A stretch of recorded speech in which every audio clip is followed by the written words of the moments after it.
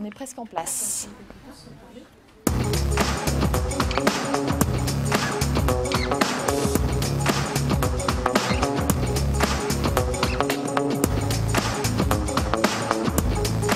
Bonjour à tous, bienvenue dans le 16-30, le rendez-vous de la jeunesse en Auvergne. Merci de nous rejoindre ce soir encore pour cette nouvelle émission.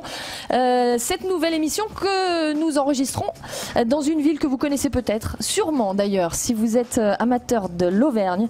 En 98, elle a servi de décor au tournage de certaines scènes de Star Wars, m'a-t-on dit, épisode 1, la menace fantôme, sous-préfecture de la Haute-Loire, 7000 habitants à peu près, au sud de Clermont. Vous avez trouvé Brioude, bien sûr, on est à Brioude. Merci beaucoup, on est au bar Le Saint-Laurent ce soir. Pourquoi? Eh bien, pour donner la parole aux jeunes qui sont notamment présents sur le plateau, aux jeunes qui sont aussi dans la salle et qui vont pouvoir intervenir à tout moment.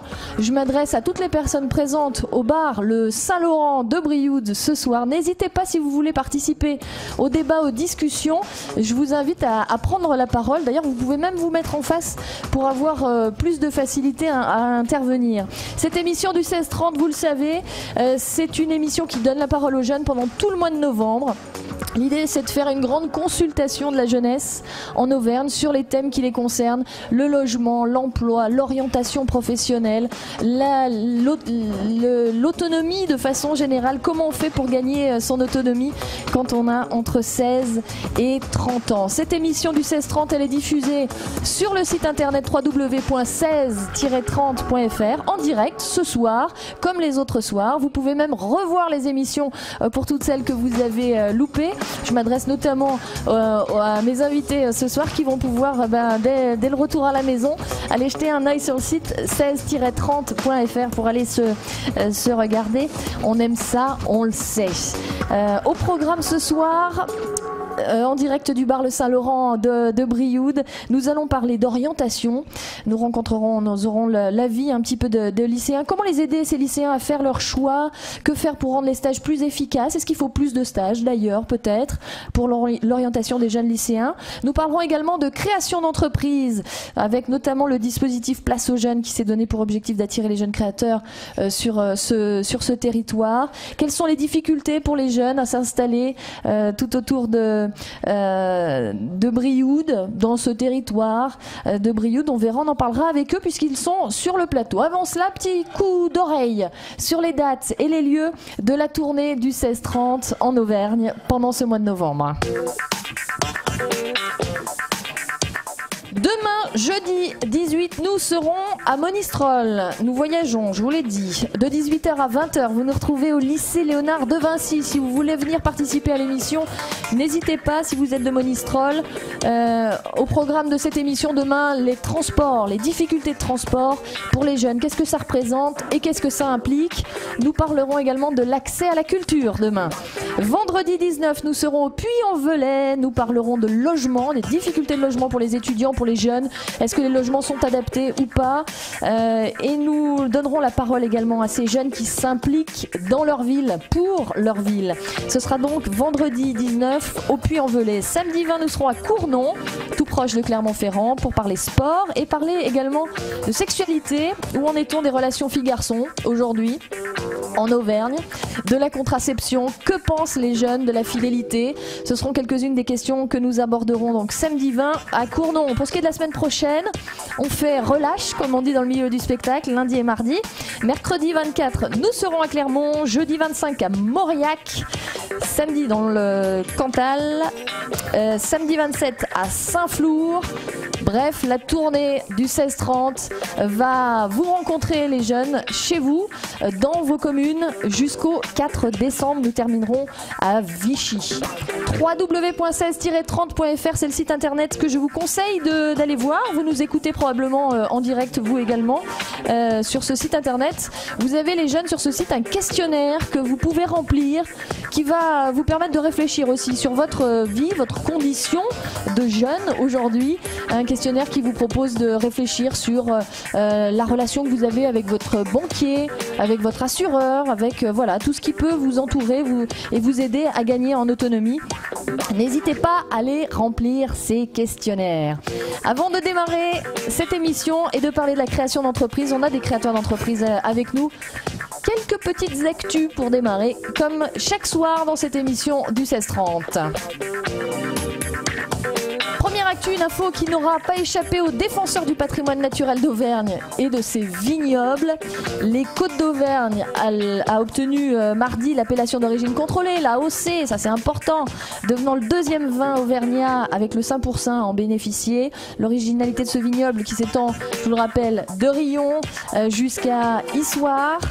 C'est son terroir à proximité des sols d'origine volcanique. Cette AOC va changer la vie de près de 150 viticulteurs auvergnats. Ça valait le coup de le signaler. Deuxième petite actu développée dans cette émission, la création d'entreprise. Vous avez un projet, vous ne savez pas trop par quel bout le prendre. Faites-vous accompagner. À partir de demain et pendant une semaine, partout en France, des initiatives sont mises en place par les CCI et par les chambres des métiers pour répondre aux questions des jeunes. Si vous habitez dans le Puy-de-Dôme, la chambre des métiers de Chamalières vous accueille jeudi 25, dans 8 jours, dans les locaux de la chambre des métiers, boulevard Berthelot, pour vous apporter toutes les informations qui pourront vous aider à créer votre entreprise. Notez-le bien, à Chamalières, vous profiterez d'ailleurs tout l'après-midi de rendez-vous individuels avec des conseillers. Ça, c'est une bonne chose. Troisième et dernière actu avant de démarrer cette émission. Les splendides paysages de l'Auvergne s'affichent sur grand écran cette semaine. Ce mercredi sort en effet le film de Pierre Vinour, Magma. Vous en avez peut-être entendu parler. Il a été tourné en Auvergne et dans le Limousin. Un film à suspense qui a profité du soutien financier des deux régions. Pour info, d'ailleurs, l'Auvergne comme décor naturel, c'est pas la première fois puisqu'il y a eu des scènes, je crois, de Camping 2 qui ont été tournées dans la région, de Coco Chanel et de La Princesse de Montpensier. Également un film tourné en 2009. Voilà pour les actus et pour le démarrage de cette émission. Place à notre première thématique, la création d'entreprises et le développement local. Alors, autour du plateau, je vais faire un petit tour de table. On va commencer avec vous, Simone Angermann. Oui, bonsoir. Petite origine allemande ? C'est ça. C'est ça. Parlez bien dans le micro. Mettez bien le micro près de votre bouche. Vous êtes à la tête du dispositif Place aux jeunes. Oui, je suis coordinatrice du dispositif Place aux jeunes depuis maintenant 1 an. Ouais. C'est un dispositif qui a été mis en place en 2003 déjà sur notre territoire par le SIDEC. Et qui aide les jeunes à créer leur entreprise. Voilà, c'est une action d'accompagnement à la création d'entreprise. C'est pas une formation, c'est vraiment une action où on montre notre territoire, on met en réseau avec les différents acteurs. Okay. C'est un moyen d'échanger, se rencontrer. Très bien. On en parlera plus en détail tout à l'heure si vous le voulez bien. Pierre-Olivier Bonnet, bonjour. Bonsoir. Créateur d'entreprise, 28 ans. Oui. Tout jeune encore. Merci. je flatte pour démarrer l'émission, ça fait toujours plaisir. Votre société, Pierre-Olivier, s'appelle Pobrun. Qu'est-ce que c'est Pobrun ? Pourquoi Pobrun ? Mes initiales, oui. Suivi de... Parlez bien dans le micro, c'est juste, voilà, quand même, ça, très bien. Ce sont mes initiales, suivi de Run, on va faire une formation exécuté maintenant. En logiciel. Ce sont les initiales, oui. Pierre-Olivier Bonnet, oui, Pobrun, oui, forcément. Bastien Vessière, bonjour, 28 ans, également. Oui. Créateur d'entreprise aussi. Également. L'entreprise s'appelle Nexpix. Nexpix. On en parlera tout à l'heure. On va essayer de comprendre un petit peu, vous, quel a été votre parcours de créateur d'entreprise à Brioude. Également sur le plateau, Florence Auriel, bonjour. Bonsoir. Bonsoir, vous êtes représentante du syndicat Brioude Sud-Auvergne. Oui, du SIDEC allié à Lannion, plus précisément. Ouais, qui développe pour les créateurs d'entreprises. Alors, qui est un syndicat mixte de développement économique, donc qui regroupe 3 communautés de communes. Donc les communautés de communes du Brivadois, Ozon Communauté et la communauté de communes du Pays de Blêle. Et donc, on s'occupe donc du développement économique. Et plus récemment, on est en train de mettre en place les pépinières et hôtels d'entreprise Brioude Sud-Auvergne. Très bien. On va faire le point là-dessus, voir un petit peu à quoi ça sert, comment on peut, comment ça peut faciliter aussi l'installation de jeunes entrepreneurs. Bastien Vessière, c'est vous qui allez démarrer. Oui. Je vous ai choisi, Bastien. Merci. Ça va? Mais c'est toujours bien d'être le premier. Oui, oui. Quand on a l'esprit d'entreprise, on se dit qu'il faut toujours être le premier. On essaye. Bon, parlez-moi un petit peu de vous, de votre parcours. Avant de créer NextPix, on présentera l'entreprise tout à l'heure. Vous venez d'où au juste? Brioude. De Brioude. C'est un parcours 99% brivadois. D'accord, donc classique. On a fait son collège, son lycée ici. Voilà, exactement. Lycée public? Oui. Ouais. Oui. À Brioude, vous avez eu votre bac ou... Oui. C'est ça? Très bien. Et ensuite, comment on arrive jusqu'à la création d'entreprise? Il y a eu plein de petits boulots avant? Non. Un petit dérapage, un mauvais choix d'études. Ah, c'est-à-dire? Je suis parti quelques mois à Montluçon en génie électrique et informatique industrielle. Surtout parce qu'il y avait le mot informatique en fait dedans. Parce que c'était ce qui me plaisait. Mais ça correspondait pas du tout à de l'informatique. Non, il y avait trop peu d'heures. C'était assez ennuyeux en fait. Et l'électricité, c'était pas mon truc. Et comment ça se fait? Qui vous a orienté vers cette formation? C'était mon dernier choix parce que c'était un BTS? C'est un IUT.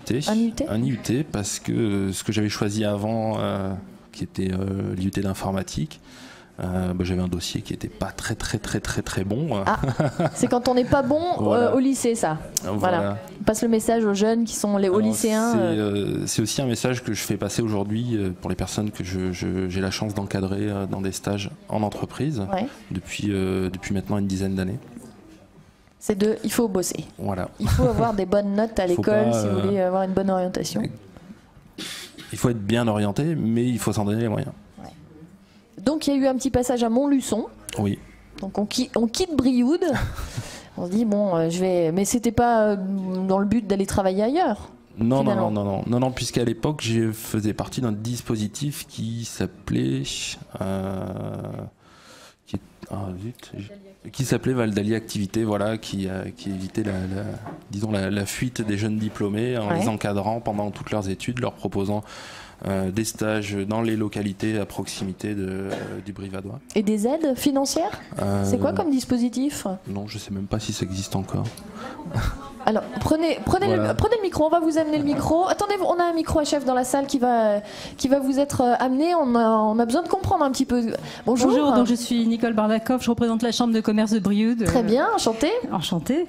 Donc le dispositif Val-d'Ali Activité avait vocation d'abord à aider des industriels à se souder entre eux, et puis à essaimer, à essayer de faire en sorte que les jeunes diplômés, effectivement, d'abord aient envie d'aller vers l'industrie. C'était globalement des industriels, et puis choisissent des parcours comme les leurs, et on les incitait à aller faire de la reconnaissance d'entreprise, et puis d'aller vers les métiers en les formant ou en les accompagnant vers les formations avec la mission locale qui également participait à ces actions. Donc c'était des actions très collectives avec beaucoup de jeunes effectivement qui ont été accompagnés dans le discours. Et notamment donc Bastien a été accompagné dans ce parcours-là, et c'est ce qui vous a amené à Montluçon? Ou c'était après Montluçon? Non, c'était après. C'était après, d'accord. Après vous avez... Et le dispositif n'existe plus? Il a été arrêté faute de combattants industriels qui, peu à peu, ont eu des difficultés. Il y a eu des difficultés dans les secteurs principalement de la sous-traitance auto sur notre territoire. Et puis, peu à peu, les entreprises se sont un petit peu découragées sur le dispositif. Voilà. Donc ça n'a pas marché? Ça a marché le temps ça a marché le temps qu'il était en place. Le temps, voilà, que le dispositif était en place. Et puis, ma foi, il y a des jeunes qui en sont sortis avec des compétences. Donc, on peut estimer effectivement que c'est toujours une réussite quand des entreprises naissent aussi de ces dispositifs-là. Oui, bien sûr. Bastien, donc alors, Montluçon, le retour de Montluçon s'est fait à quel moment? C'est fait j'ai plus les dates exactes, mais début 2001. Début 2001, d'accord. Donc vous avez décidé de revenir à Montluçon. Comment vous la décririez, votre ville, à Montluçon, à Brioude? Comment vous la décririez, votre ville de Brioude? C'est difficile. Vous êtes attaché à Brioude? Oui. Pourquoi? Voilà. Je sais pas, le territoire, les gens. Surtout. Ouais. Surtout, et puis le fait qu'on ait encore une ville à l'échelle où chacun peut intervenir et peut apporter des choses sans avoir sur des grandes villes des systèmes collectifs pour pouvoir prendre des décisions ou faire avancer les... Et professionnellement, d'un point de vue très clairement du business, comme on dit, C'est pas effrayant quand on crée une entreprise de se dire je vais m'installer à Brioude qui est à 45 minutes de Clermont-Ferrand, qui est à 1 heure du Puy-en-Velay. Quand on veut faire du business, on n'aurait pas tendance à choisir un pôle d'activité, un pôle économique un peu plus large, plus accessible? Non, parce que j'ai la chance d'être dans un métier où une connexion Internet suffit. Oui. Voilà, donc je dirais Ouais, à partir du moment où il y a du débit... à Brioude, ça va bien, le débit est bon à Brioude? Voilà, ça dépend où on se place, mais oui, en centre-ville, le débit est suffisant pour pouvoir travailler. Voilà, Nexpix aujourd'hui a 3 clients brivadois. Le reste des clients est disséminé sur toute la France. Certains, voilà 2 ans que je travaille avec eux, je ne les ai pas encore rencontrés. Avant de créer votre entreprise, vous avez été salarié, vous avez eu besoin d'aller voir un petit peu ce qui se passait dans d'autres boîtes? Oui, j'ai fait un parcours de 7 ans dans une société locale. D'informatique aussi? Oui. D'accord. Et j'ai eu besoin de voir autre chose, de vivre autre chose. Et la seconde société où j'ai travaillé à Clermont-Ferrand, tout en habitant à Brioude, donc on pourra parler des trajets si vous voulez. Ah mais avec plaisir. Et voilà, m'a donné beaucoup plus de liberté, et c'est ce petit bout de liberté supplémentaire qui a fait que ça a donné envie d'aller plus loin et de devenir son propre patron. La liberté et des responsabilités aussi? Exactement, le fait d'être maître de ses décisions et d'avoir la chance de pouvoir les assumer jusqu'au bout. Voilà.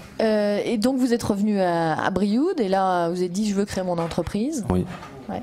Et quand on se dit je veux créer mon entreprise, ça se fait pas tout de suite. Vous avez fait appel à des aides, vous avez l'impression d'avoir été accompagné, d'avoir été... Alors, si on enlève les amis et la famille, pas spécialement, pas du tout même quasiment, mais il faut voir que c'est un parcours express.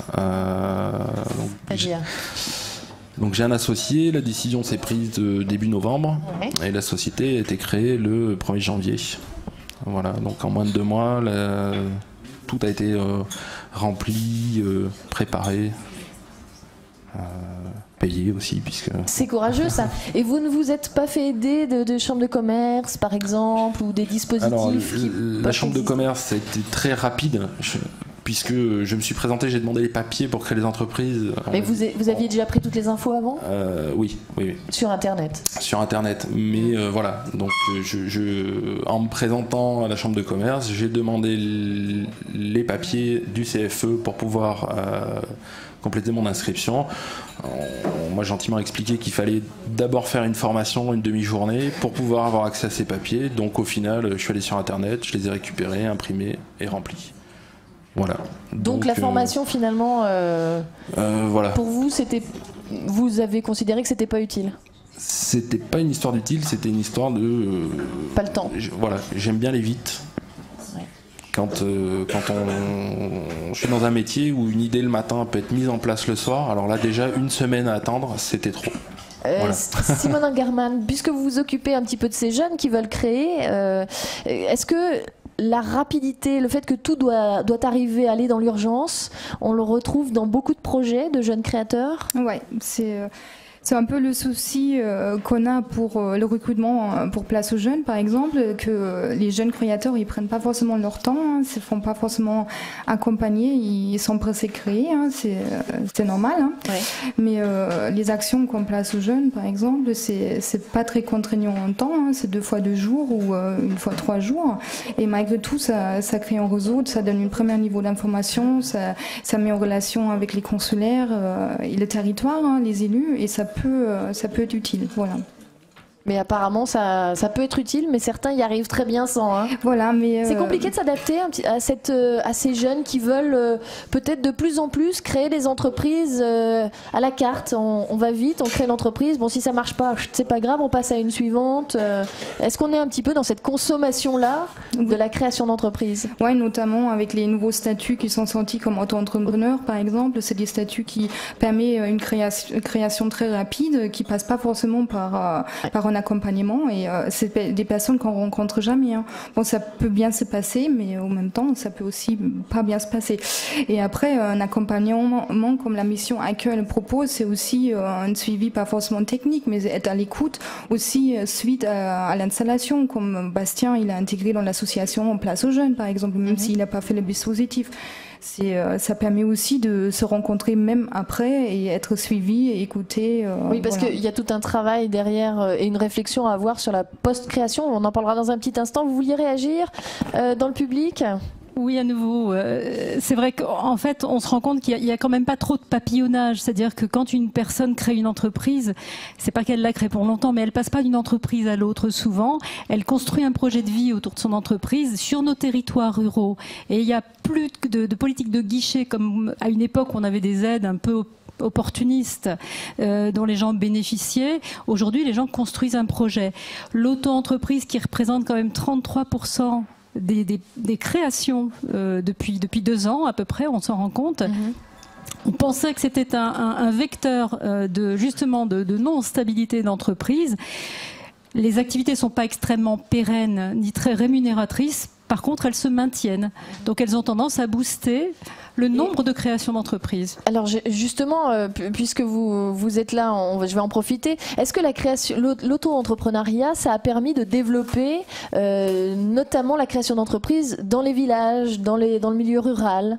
Pas plus dans le milieu rural que dans les villes. On se rend compte que le taux est le même, à peu près 32-33%. C'est exactement le même taux de création.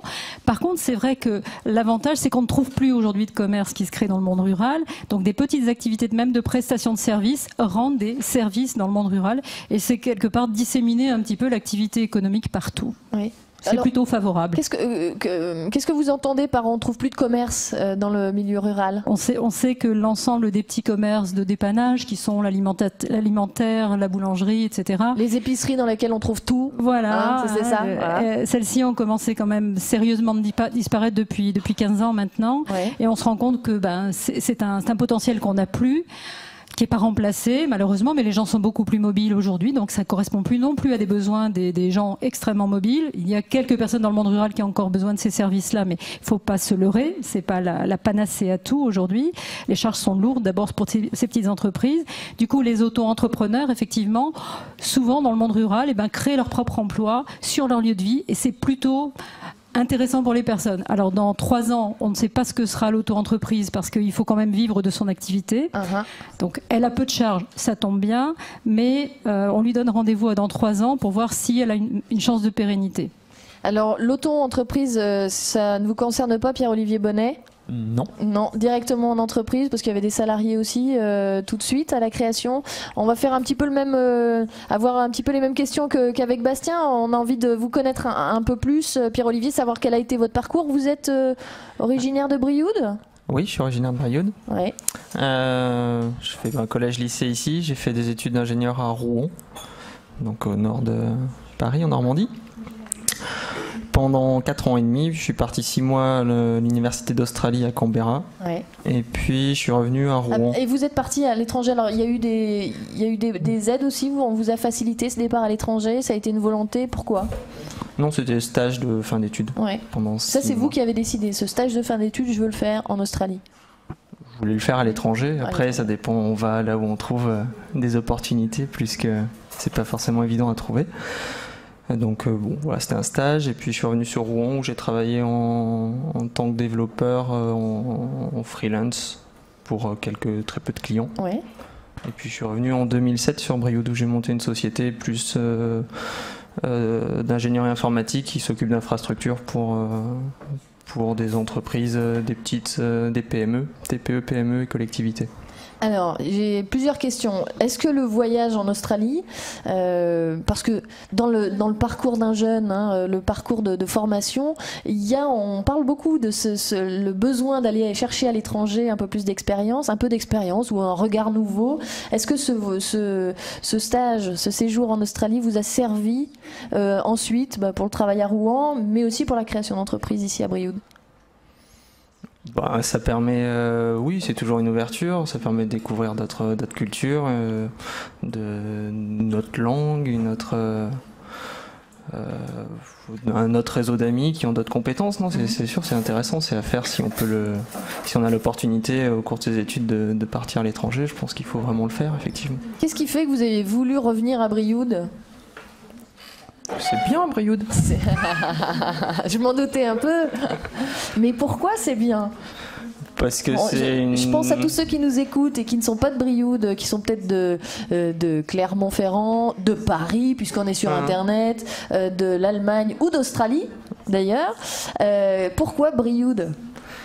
Je pense que c'est rare sur une aussi petite ville d'avoir une qualité de service et d'environnement tel, puisqu'on voit que on a une piscine, une halle des sports, un centre-ville rénové, intéressant, et pour une ville de 7-8 000 habitants, je trouve ça chouette et ça apporte une qualité de vie qui est, je pense, assez rare pour cette taille de ville. D'implanter votre entreprise dans un milieu totalement urbain, un peu la même question que je posais tout à l'heure à Bastien, à Clermont-Ferrand par exemple, où la plupart des entreprises sont là pour tisser des partenariats, pour trouver de nouveaux clients, c'est peut-être plus évident, non ? Je pense sur mon domaine, d'un point de vue purement business, non, au contraire, puisqu'on est quand même plus sur de l'infrastructure. Clermont-Brioude, je pense, n'aurait pas changé grand-chose. Avec l'axe autoroutier, on a des clients sur Clermont, évidemment, et ça se passe très très bien. Après c'est un choix de vie, effectivement. On serait installé sur Paris, on aurait beaucoup beaucoup plus de business, c'est évident. Alors c'est vrai que l'avantage, Brioude est pas très loin de l'autoroute la 75 qui relie Clermont à Montpellier. Oui, sur l'axe Saint-Flour-Clermont est très accessible de Brioude, et voire même Brioude est un point médian intéressant. Et la relation avec l'Est cette fois-ci, avec Rhône-Alpes, avec Saint-Étienne, c'est pas forcément ce qu'il y a d'idéal quand on est à Brioude, non ?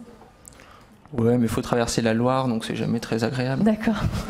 Donc il vaut mieux passer par Clermont, on monte à Paris, puis on redescend à Lyon par exemple, c'est ça ? Voilà, tout à fait. Donc, comment vous faites vos déplacements typiquement ? Alors on va peut-être parler d'entreprise déjà. Votre entreprise, Pierre-Olivier, c'est donc Pub Run. Ouais. L'activité c'est quoi ? On s'occupe de l'infrastructure d'entreprise de 0 à 100 salariés. Donc, vous installez tout le réseau informatique ? Donc j'ai une équipe technique qui s'occupe du matériel, serveur et câblage, cuivre, fibre, sans trop de téléphonie, et puis j'ai une partie après développement ou plus sur mesure pour en fonction des besoins. C'est pour les entreprises, on va essayer de parler à tout le monde. Pour des entreprises qui veulent installer un réseau internet dans leur boîte, ou un réseau de façon générale dans leur boîte, ils font appel à vous et vous installez tout. Oui, voilà, on est sur la gestion des utilisateurs, des droits, la gestion de leurs fichiers, les sauvegardes, leur téléphonie, leur accès Internet, oui, tout à fait. Est-ce que quel regard vous portez sur justement la démarche de création ? Est-ce que ça a été facile pour vous ?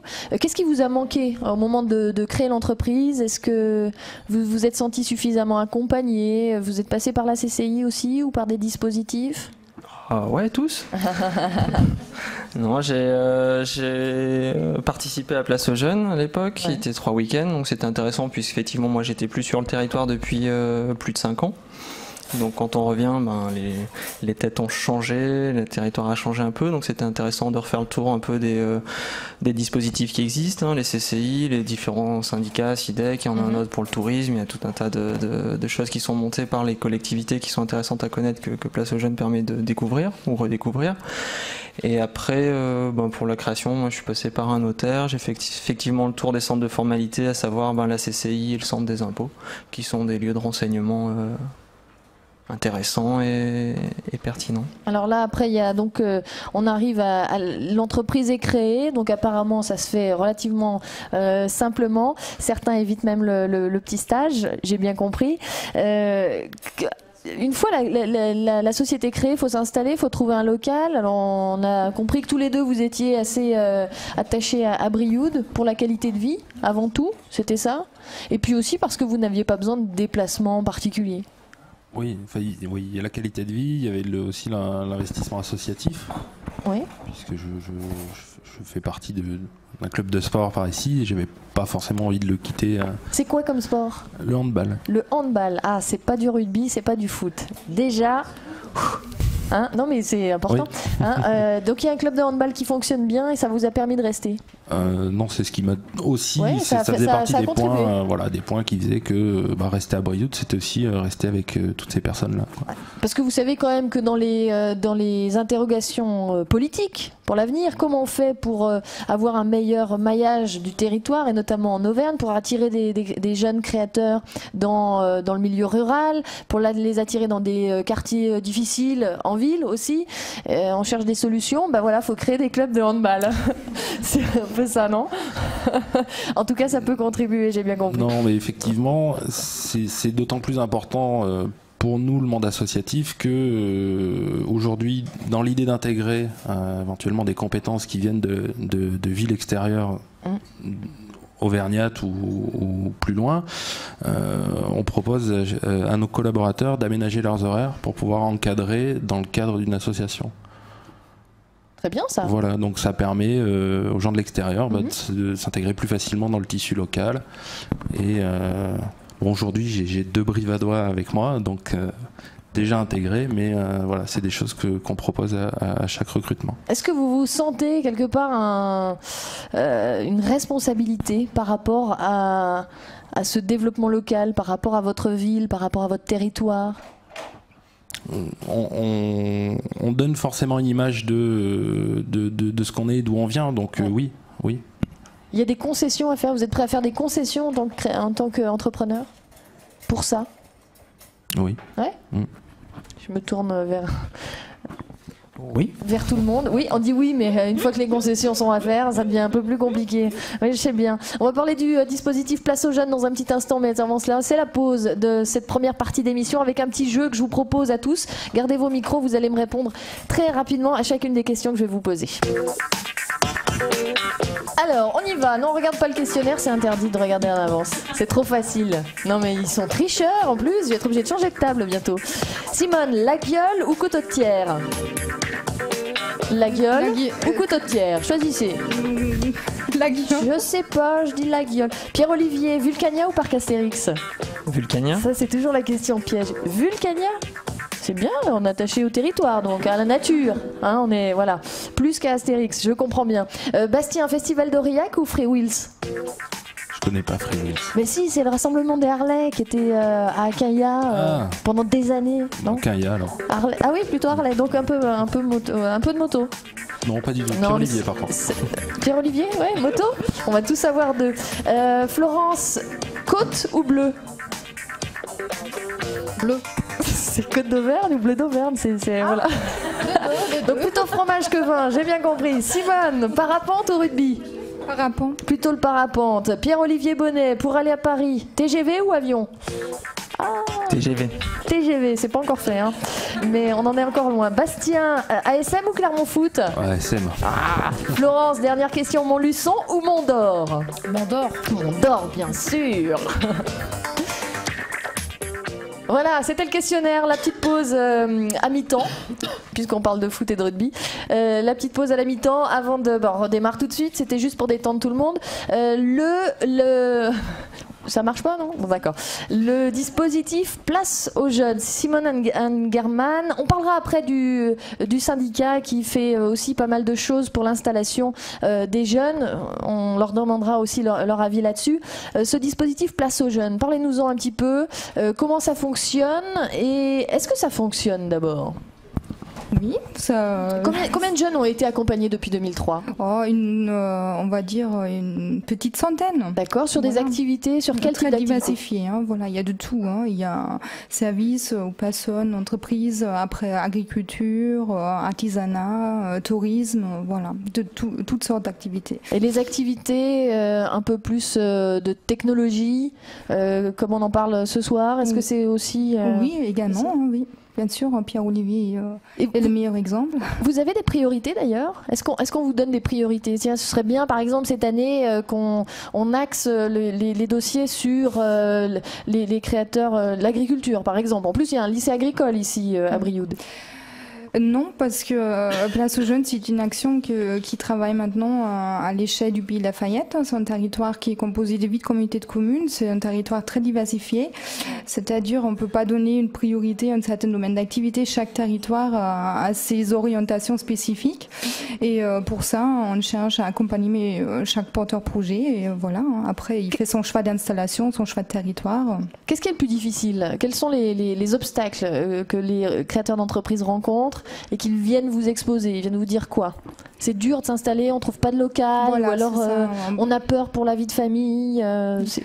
Oui, on ne trouve pas de local. Après, ça dépend. On peut différencier entre porteur-projet qui est originaire du territoire ou quelqu'un qui est à l'extérieur du territoire. Quelqu'un qui est à l'extérieur du territoire, il va demander, par exemple, où sont les prochaines écoles, médecins, hôpitaux, tout ce que Bastien vient de dire. C'est très important aussi l'intégration sur le territoire et de venir, dans un premier temps, visiter pour voir si le cadre de vie lui convient. Ensuite, c'est la recherche des locaux. Souvent, une installation ou une première rencontre avec un porteur-projet, ça passe par une demande où je peux m'installer, je suis à la recherche d'un local, voilà, d'une affaire à reprendre. Voilà. Ensuite, les deuxièmes questions, c'est bien sûr les aides financières qu'on peut apporter aux porteurs-projets. Et voilà, ensuite, après, le milieu consulaire propose des formations, gestion d'entreprise, fiscalité, pour mieux choisir ensuite son statut, etc. Mais c'est dans un deuxième temps. Le premier Alors, temps, qu'est-ce qu'on leur conseille, par exemple, pour l'installation, pour le local? Qu'est-ce que vous leur conseillez à ces jeunes? Moi, dans ma mission qui a été créée en début de cette année, voilà, justement, la volonté politique du territoire a été de mettre en place une politique d'accueil de qualité, une mission d'accueil. Une des mes rôles, c'est aussi recensement des locaux disponibles sur le territoire. Et il y en a beaucoup? Il y en a, mais il faut être au courant, justement, c'est ça qui est compliqué. Voilà, c'est un travail de longue haleine, de recensement, aussi de sensibilisation auprès des collectivités, auprès des propriétaires privés, pour être vigilant par rapport à des locaux qui sont fermés, par exemple, où on peut rouvrir quelque chose. Voilà, c'est un travail fastidieux que je suis en train de faire et d'actualiser tout le temps, mais c'est loin d'être complet. Voilà, mais l'idée, c'est d'avoir une base de données, une première base de données pour pouvoir proposer quelque chose au porteur-projet, parce que pour attirer les créateurs de loin, ça passe par l'offre. Voilà. Et si on n'a pas d'offre, c'est dur d'attirer un créateur. Parce qu'aujourd'hui, comment ça se passe? Un local, un propriétaire, un local d'entreprise vide, sans activité, jusqu'à maintenant, que fait un propriétaire? Il mettait ça dans les agences immobilières? Ça dépend quel type d'activité. Si c'est un bâtiment industriel, il va certainement s'adresser aux syndicats comme le SIDEC, le syndicat de développement économique, ou à la CCI aussi. Après, on a des dispositifs comme Transcommerce, Transartisanat, voilà, qui sont à disposition des privés pour créer des annonces. D'accord. Voilà. Et après, c'est quoi? C'est Transcommerce, c'est Transartisanat? Voilà. C'est quoi? C'est un site internet? Voilà, peut-être Nico Ebardakov peut en parler. Voilà, c'est un site internet et aussi un journal, voilà, qui permet de faire apparaître. On va vous donner le micro. On va vous amener le micro directement, Olivier. Si Olivier peut m'apporter le micro, voilà, c'est parfait. Expliquez-nous, donnez-nous en détail, puisque vous êtes là, la Chambre de commerce. Oui, Transcommerce permet de recenser effectivement les locaux vacants et surtout les fonds de commerce, puisque des commerçants arrêtent leur activité. On sait qu'on a un ballon de 45% de nos entreprises qui potentiellement vont abandonner l'activité d'ici 3 à 5 années. Donc on recense un petit peu ces gens, soit on les prend très en amont et on leur dit pensez à votre projet de retraite et mettez en vente très tôt. On met du temps pour vendre. Et puis il y a des locaux très vite disponibles et des fonds de commerce et des fonds d'artisanat. Et dans ce cas-là, on propose aux gens, notamment ceux qui viennent à Place aux Jeunes ou ceux qui viennent voir les collectivités territoriales, de se renseigner à la fois sur le site internet de Transcommerce, Transartisanat et sur le journal d'annonces que l'on peut trouver chez les notaires, les agents immobiliers et dans les chambres de commerce et de métiers. Et en termes de recensement, vous en êtes où? Vous considérez avoir à peu près 99% aujourd'hui du On du essaye parc d'avoir disponible? des offres reprenables. Donc on ne cherche pas à avoir 100% des offres, on cherche à avoir des offres surtout qualifiées. C'est un travail travail qu'on fait avec le CRDT, l'ARDT, l'Agence régionale des développements des territoires, et qui nous permet aussi de qualifier des locaux, c'est-à-dire de les évaluer et de vérifier qu'ils ont une faisabilité ensuite pour un repreneur. Oui, c'est ça. Il faut qu'ils soient adaptés aussi à la création d'entreprises aujourd'hui. Tout à fait. Donc on veille à ce que le plus possible on ait des offres de qualité dans France Commerce. Ouais. On n'est pas un journal de vente, on est un journal de proposition de fonds de commerce vivables. Clément Nérial est là. Je vais vous demander de prendre le micro. Voilà, à Clément, fondateur, créateur de l'entreprise CN Industrie. Oui. Clément, 25 ans. Oui. Tout jeune. Vous êtes arrivé à Brioude, bon, un peu par hasard, je vais dire par hasard, c'est pas vraiment par hasard, c'est la copine qui était là. Vous venez de Clermont-Ferrand. Clermont. Et vous vous êtes installé, vous avez installé votre entreprise donc à Brioude. On parle de l'installation, de trouver un local. Comment ça s'est passé pour vous? Ça a été difficile? Vous vous êtes renseigné où? Non, ça a été assez rapide. Je suis tombé dessus par hasard. Il y avait un panneau, local industriel à louer. J'ai téléphoné, le local était disponible. C'est vrai. En passant devant en voiture, tout à fait. Local disponible. Comment vous avez fait, vous, autour de la table, Bastien, pour trouver le local? Annonce Il y avait un immobilière, panneau, annonce immobilière. Non, annonce sur une vitrine. Alors, Pierre-Olivier? Moi, dans un sous-sol.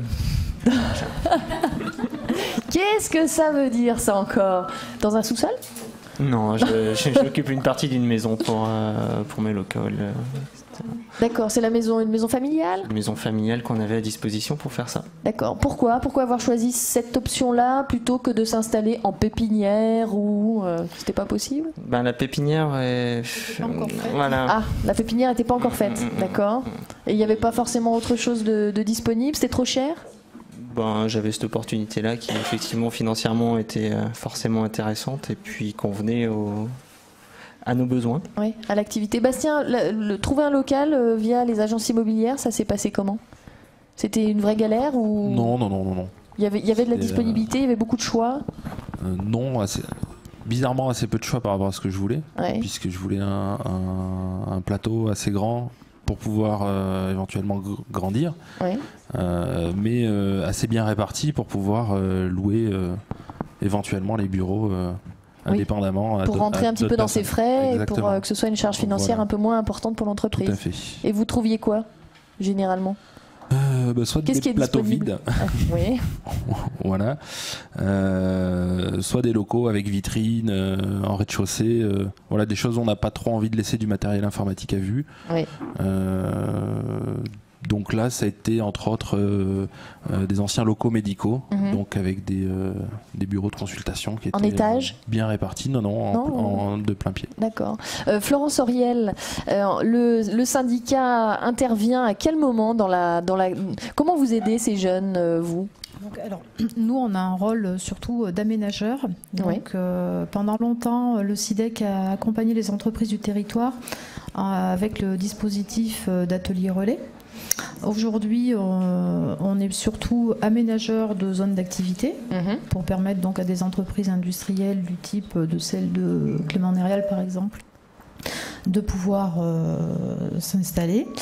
Et vous êtes intervenu par exemple sur le projet de Clément Nérial? Non, pas encore, puisque lui il est en location. Simplement, plus ou moins, puisque le local dans lequel il a implanté son entreprise se situe sur une zone d'activité qui a été aménagée par le syndicat. D'accord. Voilà. Donc nous on aménage le terrain. Ensuite, il y a des investisseurs potentiels qui construisent des locaux et qui les louent, ou alors l'entreprise construit son propre local. Quels sont les types d'entreprises que vous accueillez? Alors, sur les zones d'activité, c'est essentiellement des activités artisanales, industrielles, voire commerciales. Depuis quelques années, on a un projet qui est celui des pépinières d'entreprise. Les pépinières d'entreprise de Brioude Sud-Auvergne vont ouvrir leurs portes en janvier 2011. Alors, qu'est-ce qu'une pépinière d'entreprise, pour tous ceux qui ne le savent pas? Alors, donc, une pépinière d'entreprise, c'est avant tout, bien sûr, des locaux, mais pas seulement. Il y a quand même tout un volet accompagnement qui post-création, quoi. Une fois que l'entreprise est créée, c'est un accompagnement pour la compta. Pourquoi? Alors, nous, on est en partenariat, on travaille en partenariat étroit avec le milieu consulaire, notamment avec la Chambre de commerce et d'industrie de Brioude. Donc, en fait, nous, on gère tout ce qui est bâtiment. Donc là, c'est nous qui louons les bureaux, etc. Et on travaille avec la Chambre de commerce et d'industrie, on va dire dès le départ en fait, puisque eux accompagnent au niveau de la création. On peut aussi les accompagner indirectement d'un point de vue financier à travers la plateforme d'initiative locale qui s'appelle BHAI, Brioude Hôtelier Initiative. C'est-à-dire que vous donnez de l'argent? Exactement. Pour aider l'implantation des jeunes créateurs. Donc le CIDEC en fait participe et abonde au fonds de BHAI. BHAI ensuite attribue des prêts d'honneur à des porteurs de projets qui doivent monter un dossier et passer devant une commission. Voilà. Quel est l'enjeu aujourd'hui? Quel objectif vous vous êtes donné? C'est un problème la création d'entreprise aujourd'hui à Brioude? Est-ce que c'est difficile? Est-ce que vous avez du mal à mettre en route, à mettre en place Donc nous, si vous voulez, aujourd'hui, l'objectif des pépinières et hôtels d'entreprise, c'est de développer les activités tertiaires, puisqu'il y a quand même un potentiel sur le territoire, il y a des opportunités, on pense du moins à saisir. Donc le projet de Brioude Sud-Auvergne, c'est vraiment de développer ce type d'activité. Et pour aider du moins à développer ce type d'activité, il nous a semblé bon de mettre en place ce dispositif de pépinière d'entreprise pour accompagner justement le créateur. Donc d'une part en lui facilitant la recherche de bureaux, parce que je crois que sur Brioude, dans tous les cas, c'est pas évident de trouver, lorsqu'on veut un bureau de 10 mètres carrés, de trouver un bureau de 10 mètres carrés pour lancer son activité. Je crois que c'est pas évident. C'est bien quand on a de la famille qui peut vous prêter peut-être une pièce dans la maison, voilà. Mais pour les autres, voilà, ce qui se passe, ce qui se passe régulièrement. Ensuite, donc il y a ça. Ensuite, il y a le volet aussi, de pas être tout seul. Donc en pépinière d'entreprise, le créateur, il peut y avoir un échange avec d'autres créateurs. Ça permet les échanges, les synergies entre créateurs. Ça permet. L'objectif aussi, c'est de développer les synergies donc entre créateurs qui sont hébergés dans la pépinière, mais aussi avec les entreprises qui sont installées sur nos zones d'activité, de façon à ce que tout le monde se connaisse et puis que ça crée des émulations. Et pourquoi pas du business aussi, Bastien. Depuis, ça fait 2 ans que l'entreprise est créée. Bientôt, oui. Maintenant, bientôt 2 ans en janvier. En janvier. Ah, on y est presque. Pendant ces 2 ans, on se sent seul ou pas? Est-ce que l'expérience pépinière, elle aurait pu être intéressante pour vous? Oui, pour l'avoir. Qu'est-ce qui vous a manqué? C'était encore l'état de projet. Oui. Non, mais qu'est-ce qui vous a manqué pendant ces 2 ans, là, pour le coup? Par rapport à la pépinière? Non, oui. Enfin, vous, dans votre parcours, pendant 2 ans, est-ce que vous vous êtes senti seul? Apparemment, vous me dites non, mais est-ce que pour la gestion de l'entreprise, pour aller chercher des nouveaux clients, pour se sentir dans un tissu économique? Pour ce qui est de la gestion de l'entreprise, je suis issu je dois être la 4e génération d'entrepreneurs. D'accord. Donc vous étiez les bien contacts comptables, savoir lequel ne pas prendre, lequel prendre. Ça a été assez facile, ces choses-là. On a demandé l'avis quand même aux parents. Voilà, c'est issu de l'expérience déjà en qualité d'employé précédente, qui m'a fait dire avec qui je ne souhaitais pas travailler, surtout. Et puis après, effectivement, le conseil de la famille, des amis. Donc pour tout ce qui est de la gestion, c'est assez facile. Pour ce qui est de la clientèle, j'ai eu la chance les 9 mois que j'ai passé à Clermont-Ferrand, mes employeurs du moment m'ont proposé de continuer les projets sur lesquels j'étais en tant qu'entreprise, ce qui m'a permis de me lancer. Et puis je suis également associé à une personne qui habite à Perpignan et qui fait du commercial, qui apporte de la clientèle également. D'accord. Est-ce que vous utilisez des outils, notamment comme le site région-auvergne.biz, qui est un site qui est dédié aux entreprises, qui apporte pas mal d'infos, qui est lancé par le conseil régional d'ailleurs, pas mal d'infos aux entrepreneurs pour les guider pendant l'activité? Pas du tout. Pas du tout. Pas du tout. Ouais. Quand vous avez une question, vous allez la chercher où? Google. Et on se retrouve quoi sur les sites de la CCI, sur une question d'ordre juridique, une question dans l'administratif. Juridique, j'ai un cabinet comptable qui fait ça très bien. Vous faites confiance donc à vos conseils, à vos conseillers. Exactement, je me décharge de tout cet aspect-là pour me concentrer sur le développement de l'entreprise. Pierre-Olivier? Pareil, vous considérez bien accompagné aujourd'hui? Vous êtes allé chercher les personnes qui allaient vous accompagner? Est-ce que la jeunesse fait appel plus à Internet dans son accompagnement pour aller chercher ses conseils ou... Oui, je pense, ça c'est vrai dans beaucoup de domaines. Hein. On va chercher pas mal Internet, mais après sur la création d'entreprise ou le développement, c'est quand même intéressant. Des experts comptables, notaires, même des personnes au centre des impôts qui m'ont pas mal guidé sur la lecture ou l'interprétation de différents points sur lesquels on a des doutes ou des questions. Après, d'un point de vue développement, moi je lis la news de la RDT, l'Agence régionale de développement. On voit régulièrement une newsletter qui permet de savoir sur la région un peu ce qui se passe au niveau innovation, au niveau aide, au niveau création. Ouais. Et puis voilà, le CIDEC aussi est une grande aide pour dans la recherche de terrain, la recherche de locaux, d'agrandissement, ce genre de questions. Clément Nérial qui est arrivé de Clermont-Ferrand, comment vous faites, vous, quand vous êtes arrivé ici, vous êtes allé chercher l'info où? À la CCI. À la CCI tout de suite, hein, ça reste le référent. Oui, ils sont très disponibles. Ça, c'est l'avantage des petites villes, c'est quand on arrive à la CCI, on est tout de suite accueilli, on a très vite les bons contacts, et ça, c'est vraiment pratique, quoi.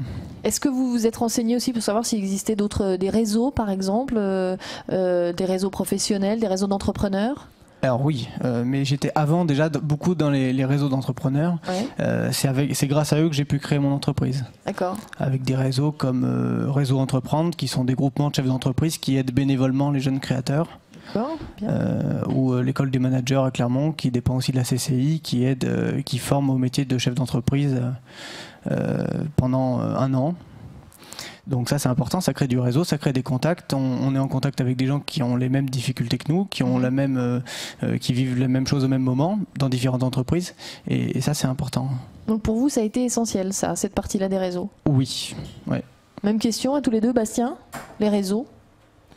Non, moi je me débrouille tout seul. Non, doucettement, mais c'est surtout lié au métier. Ouais. Donc bon, il y a place aux jeunes parce que là c'est une raison de territoire, et puis après il y a des réseaux comme le Y à Clermont-Ferrand. Oui. Qu'est-ce que c'est? Le Y, c'est une association d'indépendants. D'accord. Auvergnats, qui sont spécialisés dans les métiers de l'informatique et de l'internet. Le Y. Ouais. D'accord. Comme oui. WAI. WAI, d'accord. Voilà. Une réaction dans le... Je crois que Pierre-Olivier fait partie également, je sais pas. Le Y? Oui. D'accord. Mais ça concerne uniquement les métiers de l'informatique. Oui. Et c'est à Clermont. Et c'est à Clermont. Il faut aller à Clermont, les rencontrer, ou vous faites comment? Vous passez par mail tout le temps? C'est énormément par mail. Il y a un petit annuaire pour pouvoir se contacter les uns les autres en fonction des compétences de chacun. Donc ça permet de travailler avec des Auvergnats. Avec des Auvergnats. Voilà. Une réaction dans le public, bonjour. Bonjour. Nous, en fait, c'était toutes les deux, on a un projet agricole. Oui. Donc, nous, les principaux soucis rencontrés. Quel projet agricole pour moi, c'est élevage de chèvres, donc transformation fromagère. D'accord. Et pour elle, en élevage de chevaux de sel. D'accord. Chevaux de sein. Et pension. Donc, ici à Brioude, hein. Le secteur, en fait, sur elle c'est sur l'Anneau, et moi, ce serait les alentours de Blel. Mais bon. Donc, on est à quelques kilomètres, quoi. C'est pas très loin. Et la question, c'était, vous aviez une question ou... Non, mais vous parliez des réseaux. En fait, nous, ce qui nous coince toujours autant en agricole, c'est par rapport aux fonciers, donc un manque d'organisation et de réseau à ce niveau-là, quoi. Vous n'avez pas de réseau, vous voulez dire, qui permettent à des jeunes qui souhaitent se lancer dans le milieu de l'agriculture de rejoindre, de retrouver, discuter? Le réseau principal, on va dire que c'est la SAFER qui est censée donner l'accès au terrain. Malheureusement, ça fonctionne pas comme ça. C'est souvent souvent les fils des gros paysans déjà installés qui peuvent récupérer les terrains parce que bon, il faut connaître un peu du monde au niveau de la chambre et les gens qui sont pas encore installés ont du mal à accéder à ces terrains-là. Vous en êtes où dans votre projet? Parce que vous me dites que c'est un projet. Ça fait combien de temps que vous l'avez, ce projet? Vous travaillez? Toujours. Depuis toujours? Oui. D'accord. Oui. Toujours, donc voilà. En cours de création ou vous en êtes où? Vous êtes en train de chercher les infos pour vous installer? Je recherche une autre ferme parce que j'avais un projet sur ma ferme à moi qui va passer aux enchères. Enfin bon, la ferme va être vendue aux enchères finalement, donc je pourrais pas trop de monde en face. D'accord. Donc je recherche une autre ferme actuellement en fait. Et alors la difficulté là pour le coup, on parlait de local, c'est de trouver une ferme. Oui, trouver une exploitation. C'est ce qui vous bloque. Oui. Et les recherches, vous les faites où? Qu'est-ce que vous avez comme moyen de recherche? C'est le bouche à oreille, beaucoup discuter un peu à droite à gauche, voir ce qui va se libérer dans quelques temps. Parce que bon, quand on regarde les annonces ou la SAFER, c'est déjà des fermes qui ont été... il y a déjà 20 ou 30 personnes dessus, quoi, quand on regarde les annonces. Donc il faut le savoir avant les annonces, il faut le savoir avant que ça paraisse en officiel, on va dire. Pas facile ça, c'est régulier de retrouver des personnes, des créateurs dans cette situation-là? Alors, le SIDEC n'intervient absolument pas sur tout ce qui est agricole. Bon, voilà. C'était aussi ma question. Le SIDEC n'intervient pas sur ce qui est agricole. Voilà, donc vous ne pourrez pas être aidé par le SIDEC, la CCI non plus. Comme ça au moins, c'est compliqué ces métiers agricoles. Mais est-ce que pour dans d'autres domaines, la recherche de local freine réellement la création d'entreprises? Pour certains, oui, il y a pas mal de gens qui cherchent des petits locaux de 200, 300 mètres carrés. Donc bon, il y a des difficultés parfois pour trouver vraiment la surface, enfin, le local qui correspond bien. Et parfois, lorsque le local se trouve enfin, il est assez cher. Donc du coup, c'est problématique. Tous les deux jeunes entrepreneurs qui sont sur le plateau avec moi, si je vous demandais aujourd'hui, avec le recul que vous avez, les quelques années d'expérience d'entreprise, qu'est-ce qui pourrait, selon vous, qu'est-ce qui devrait être fait ou proposé aux jeunes créateurs pour améliorer ou pour faciliter tout simplement l'installation d'un créateur aujourd'hui à Brioude et dans les alentours? C'est quoi? Je suis en train de réfléchir, je vais parler, je vais combler en attendant. Non, je pense que ça dépend. Ça dépend de l'activité. De la personne. Ah. Vraiment. C'est. Je pense qu'il faut démarrer jeune et croire en son projet et pas hésiter à pousser toutes les portes qu'on peut pousser, quoi. Démarrer jeune, pourquoi? Ça veut dire que quand on a passé un certain âge, là vous êtes en train de me démoraliser parce que non. C'est qu'on hésite plus après. On hésite plus parce qu'on est installé, parce qu'on a une famille, parce que voilà, on a des bouches à nourrir, hein, tout simplement. Donc c'est vrai que on se pose plus de questions malgré ça, et c'est peut-être dans ces moments-là où un accompagnement doit être fait. On a besoin de soutien pour passer le pas. Voilà. Et plus on vieillit, plus je pense qu'on a ce besoin-là d'être rassuré par, alors après qui, je ne sais pas, mais d'être accompagné dans ce sens-là pour croire en son projet. Quand vous parlez autour de vous du fait que vous êtes installé à l'époque, que vous alliez vous installer à Brioude, installer votre entreprise, est-ce qu'on vous a pris pour un kamikaze, un fou ou non, je l'étais déjà. Donc il le savait déjà, en fait. Tout le monde savait que vous étiez fou. Donc c'était plus facile comme ça. Et vous, Pierre-Olivier? On me demandait où était Brioude. Oui. Finalement, c'est tout? Est-ce qu'il a fallu défendre, est-ce qu'il vous a fallu quand même malgré tout défendre le fait que vous souhaitiez vous installer sur ce territoire et que c'est un vrai choix personnel pour le coup, pour tous les deux d'ailleurs, hein? Oui, après on est tous les deux originaires d'ici, on savait où on allait.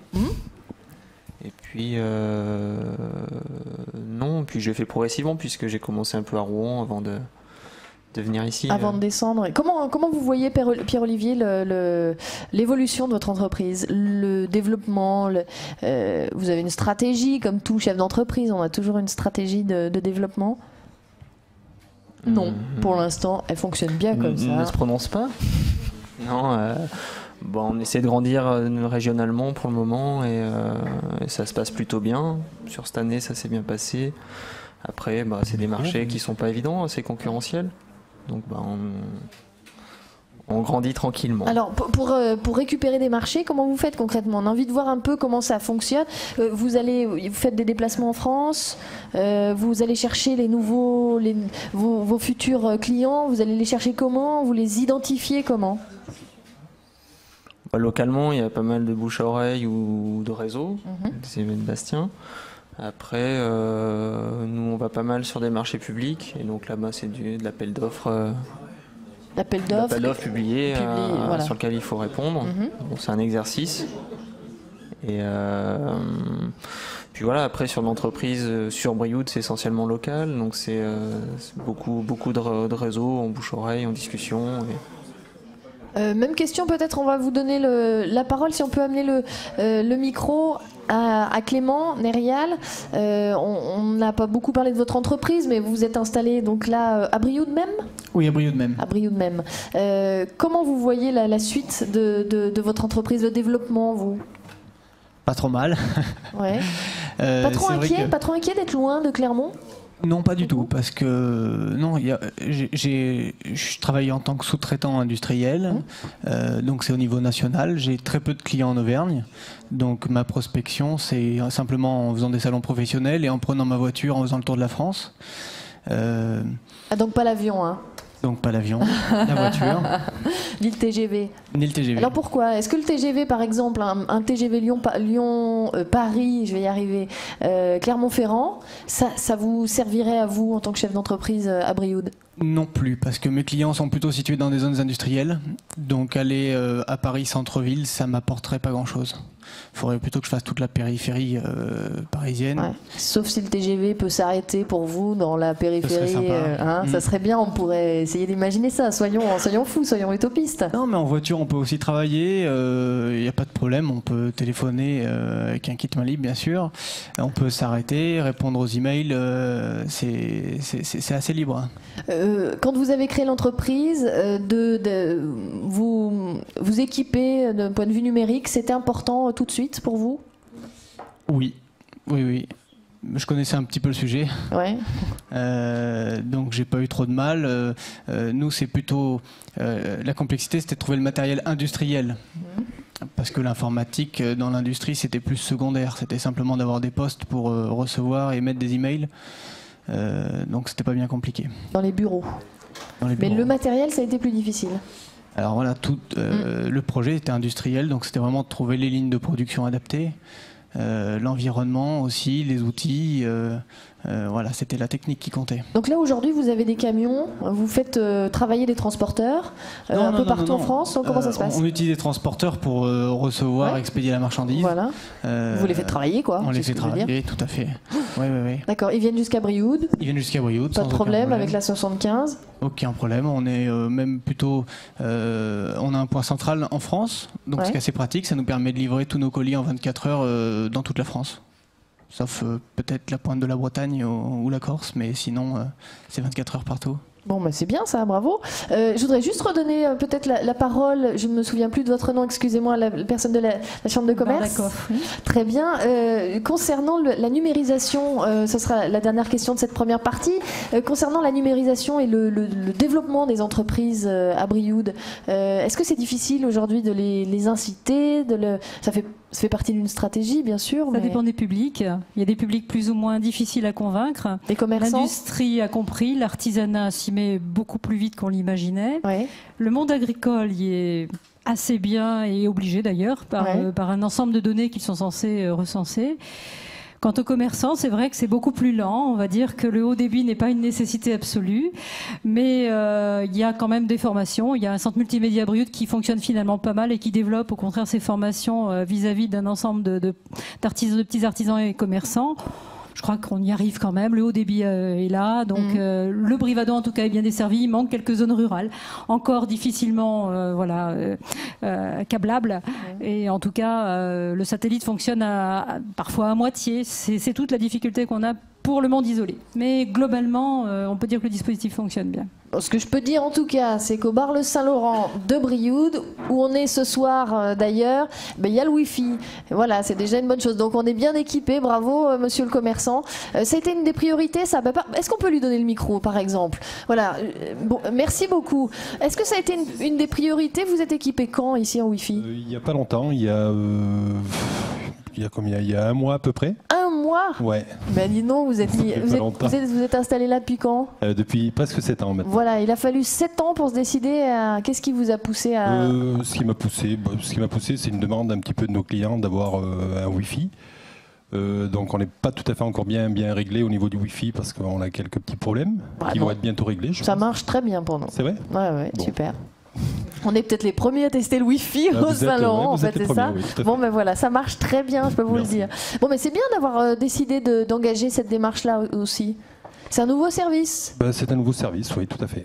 Service important. Oui, je pense. Ce qui nous permet à nous d'être là chez vous aussi. Voilà. Et puis de parler de Brioude et de création d'entreprise.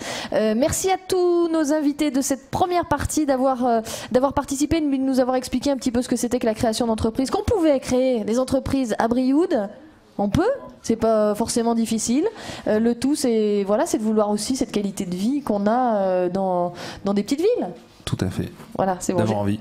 Et d'avoir envie. J'ai tout résumé, c'est parfait. On va traiter dans la deuxième partie l'orientation des jeunes au lycée. Vous êtes lycéen, vous êtes en contrat d'apprentissage aussi, par exemple. Qu'est-ce qui fait que vous décidez tel ou tel choix? Comment on s'oriente aujourd'hui quand on est jeune? C'est pas forcément évident. C'est une thématique qui revient régulièrement dans cette émission du 16-30. Et qui touche beaucoup de jeunes. On ne s'oriente pas à 16 ans, on ne s'oriente pas à 17 ans, on s'oriente entre 16 et 30 ans souvent, et parfois après, je crois que je suis encore en train de m'orienter moi-même.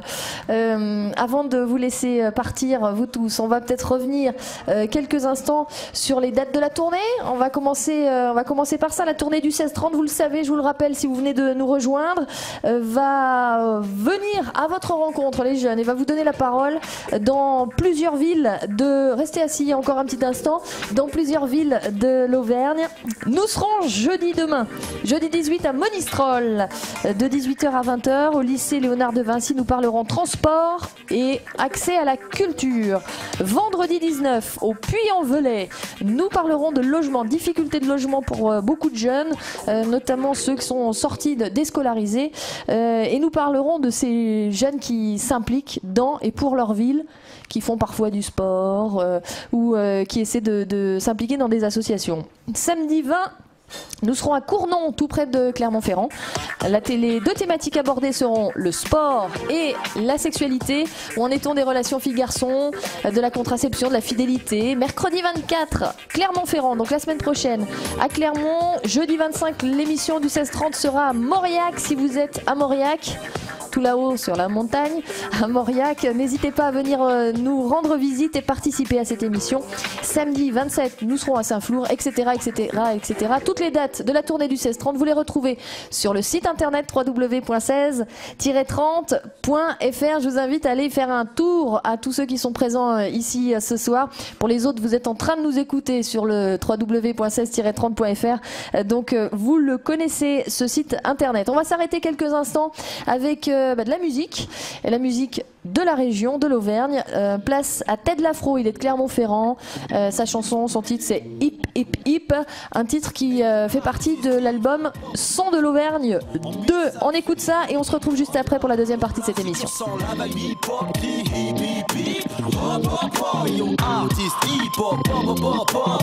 En piste ça fait hip hip hip et hop là. Donc là si tu ressens la vibe hip hop, hip hip hip hop hop hop.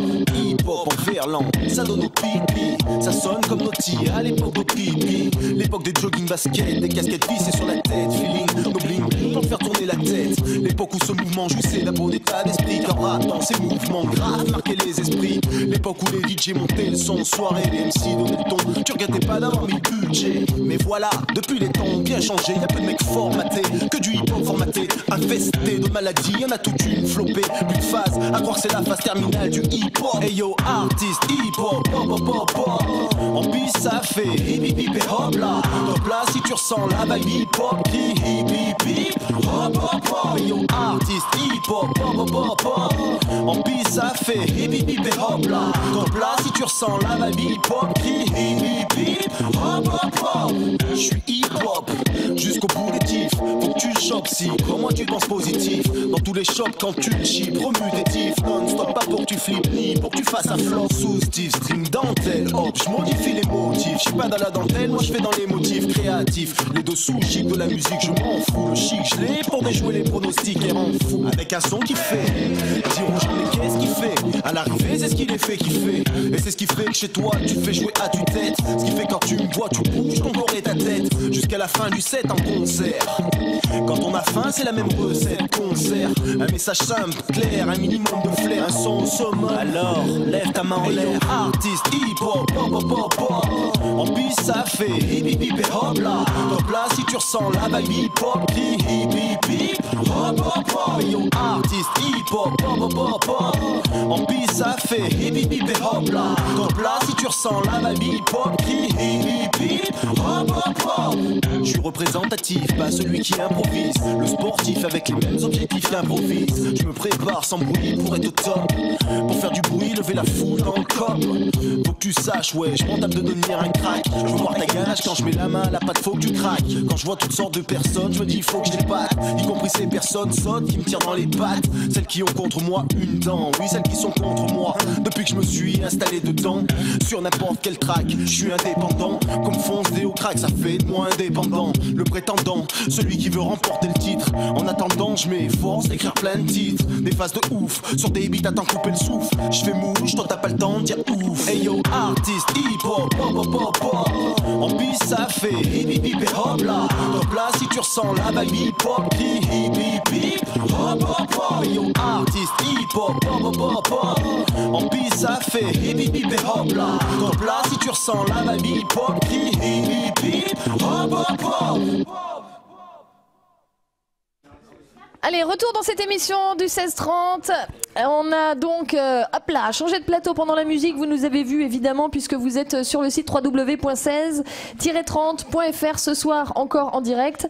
L'émission, dans cette émission, la deuxième thématique que nous souhaitions aborder avec nos invités, puis avec les personnes présentes aussi au bar Le Saint-Laurent de Brioude, c'est l'orientation pour les jeunes. Alors on est à Brioude, c'est une commune qui a un lycée agricole, un lycée public, qui est également l'institution Saint-Julien. Donc il y a pas mal de lycéens présents ici. On va faire un petit tour de table pour commencer. Joëlle Ignacio, bonjour. Vous êtes à la mission locale ?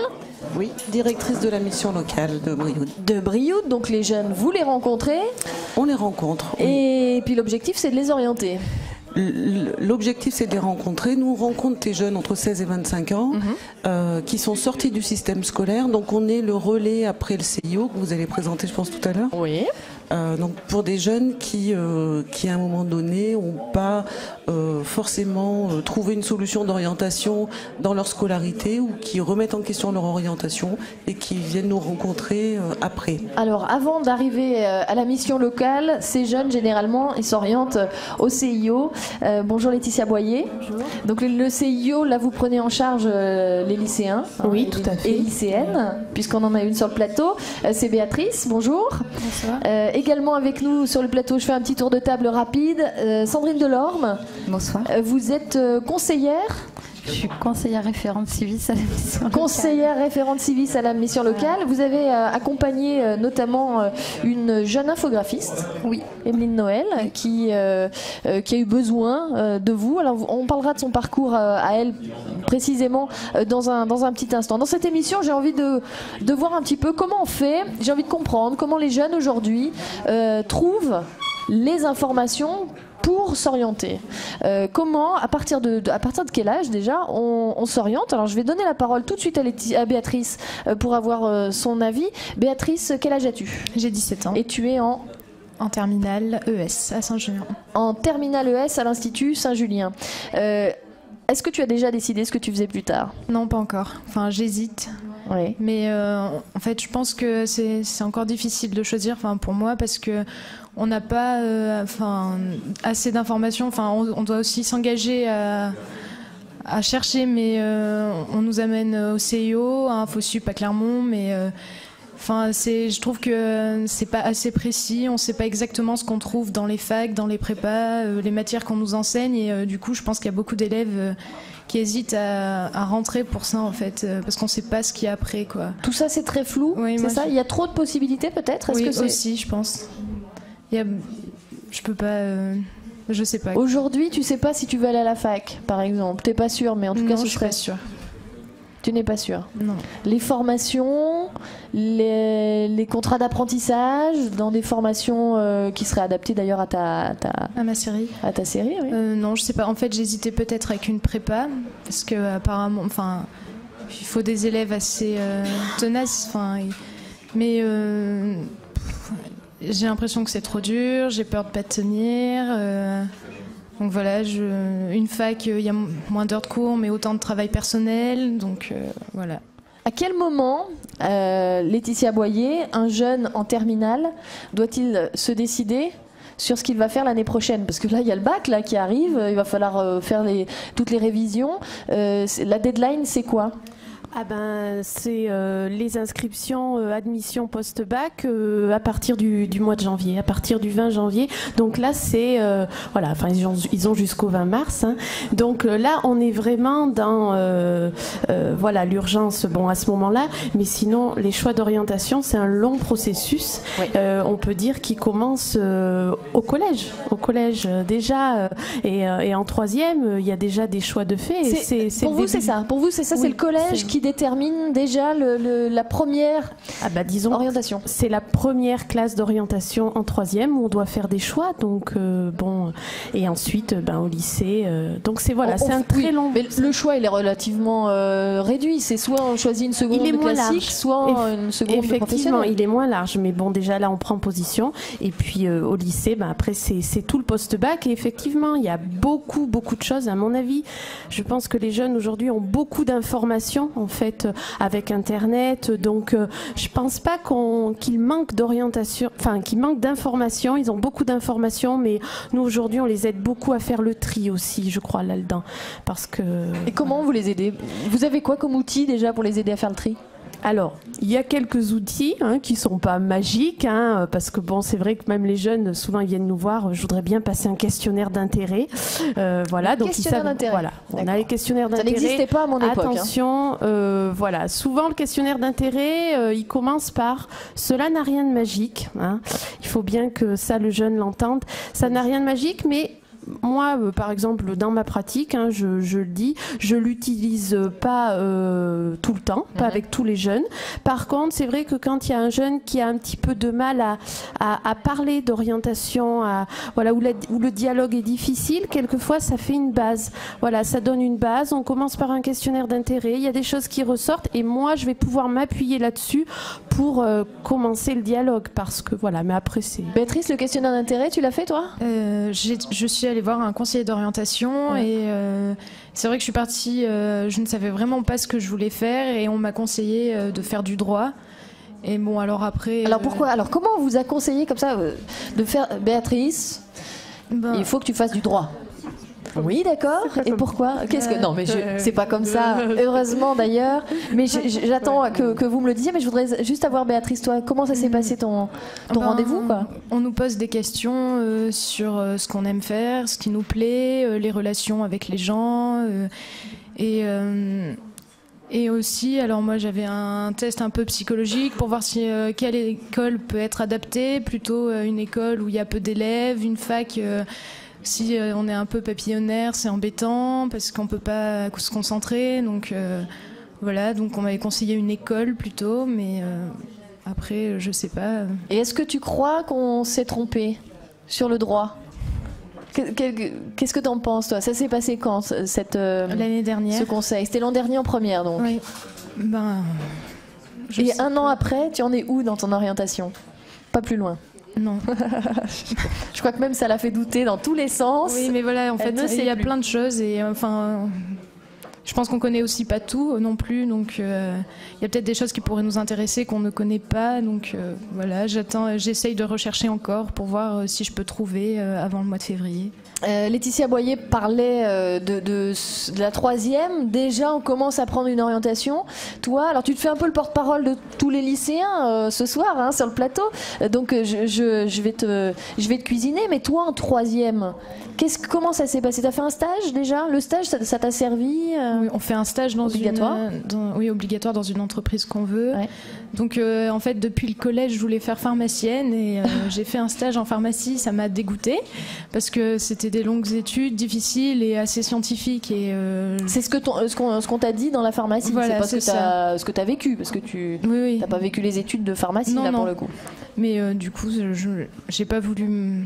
Enfin, j'étais obligée de faire un bac S, il m'avait dit, et ça me plaisait pas parce que j'avais pas les qualités, disons, pour être très scientifique. Donc voilà. Mais à partir de la troisième, effectivement, on doit savoir si on doit s'orienter vers une série plutôt générale ou.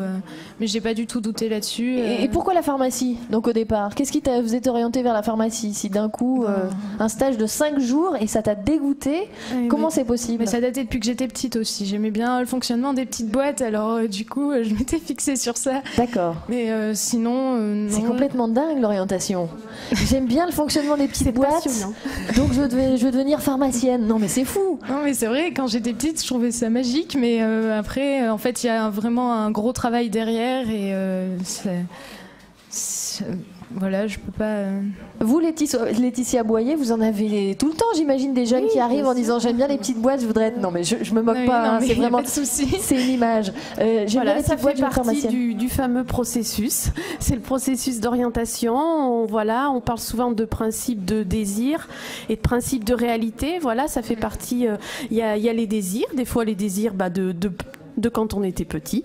Et puis après, il y a la scolarité et voir un peu si ce principe de désir, ces désirs de métier, est-ce que quand on va vraiment concrètement les visiter en stage, est-ce que ça correspond toujours à l'image qu'on en a, et puis surtout, est-ce que ça correspond à sa personnalité et puis à ses envies scolaires aussi, parce que là, du coup, c'était une voie qui n'est plus trop ES.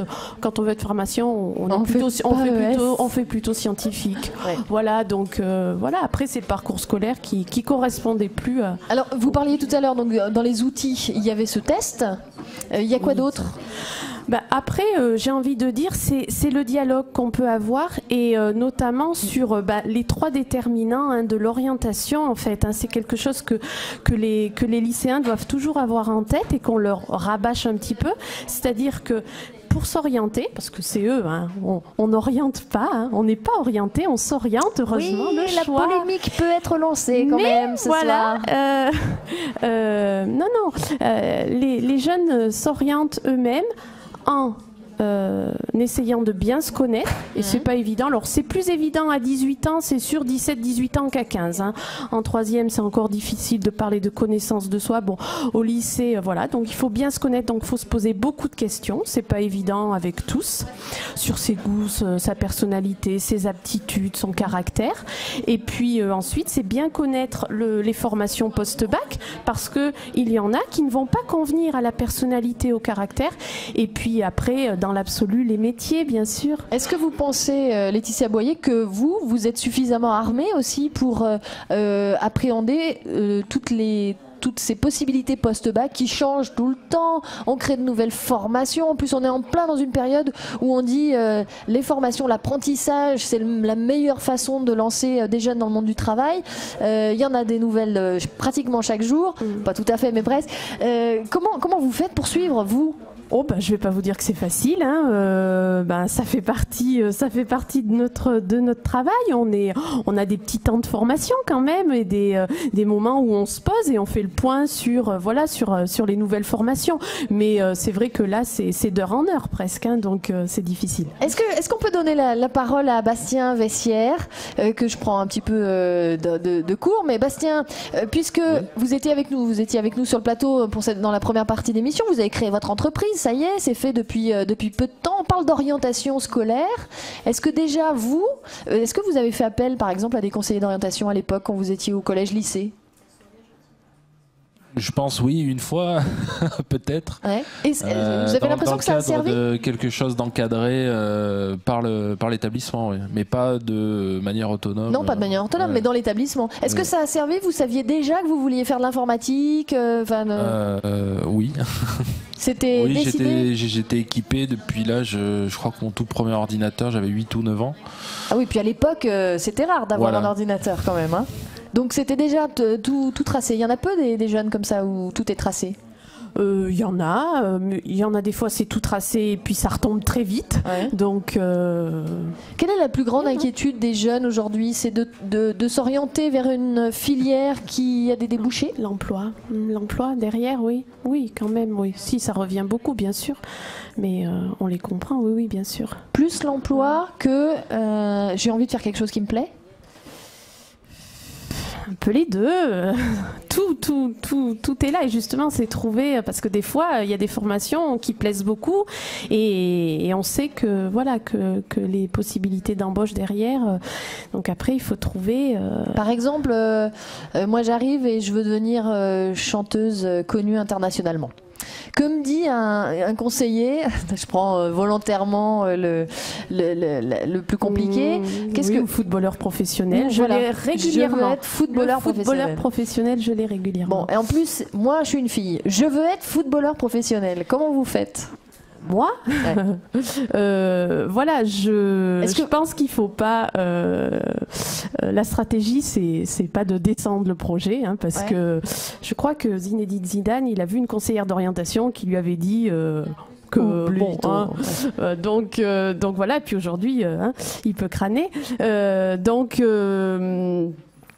il faut. Sauf que il y a peu d'élus. Il faut en avoir conscience, donc il faut bien présenter la chose.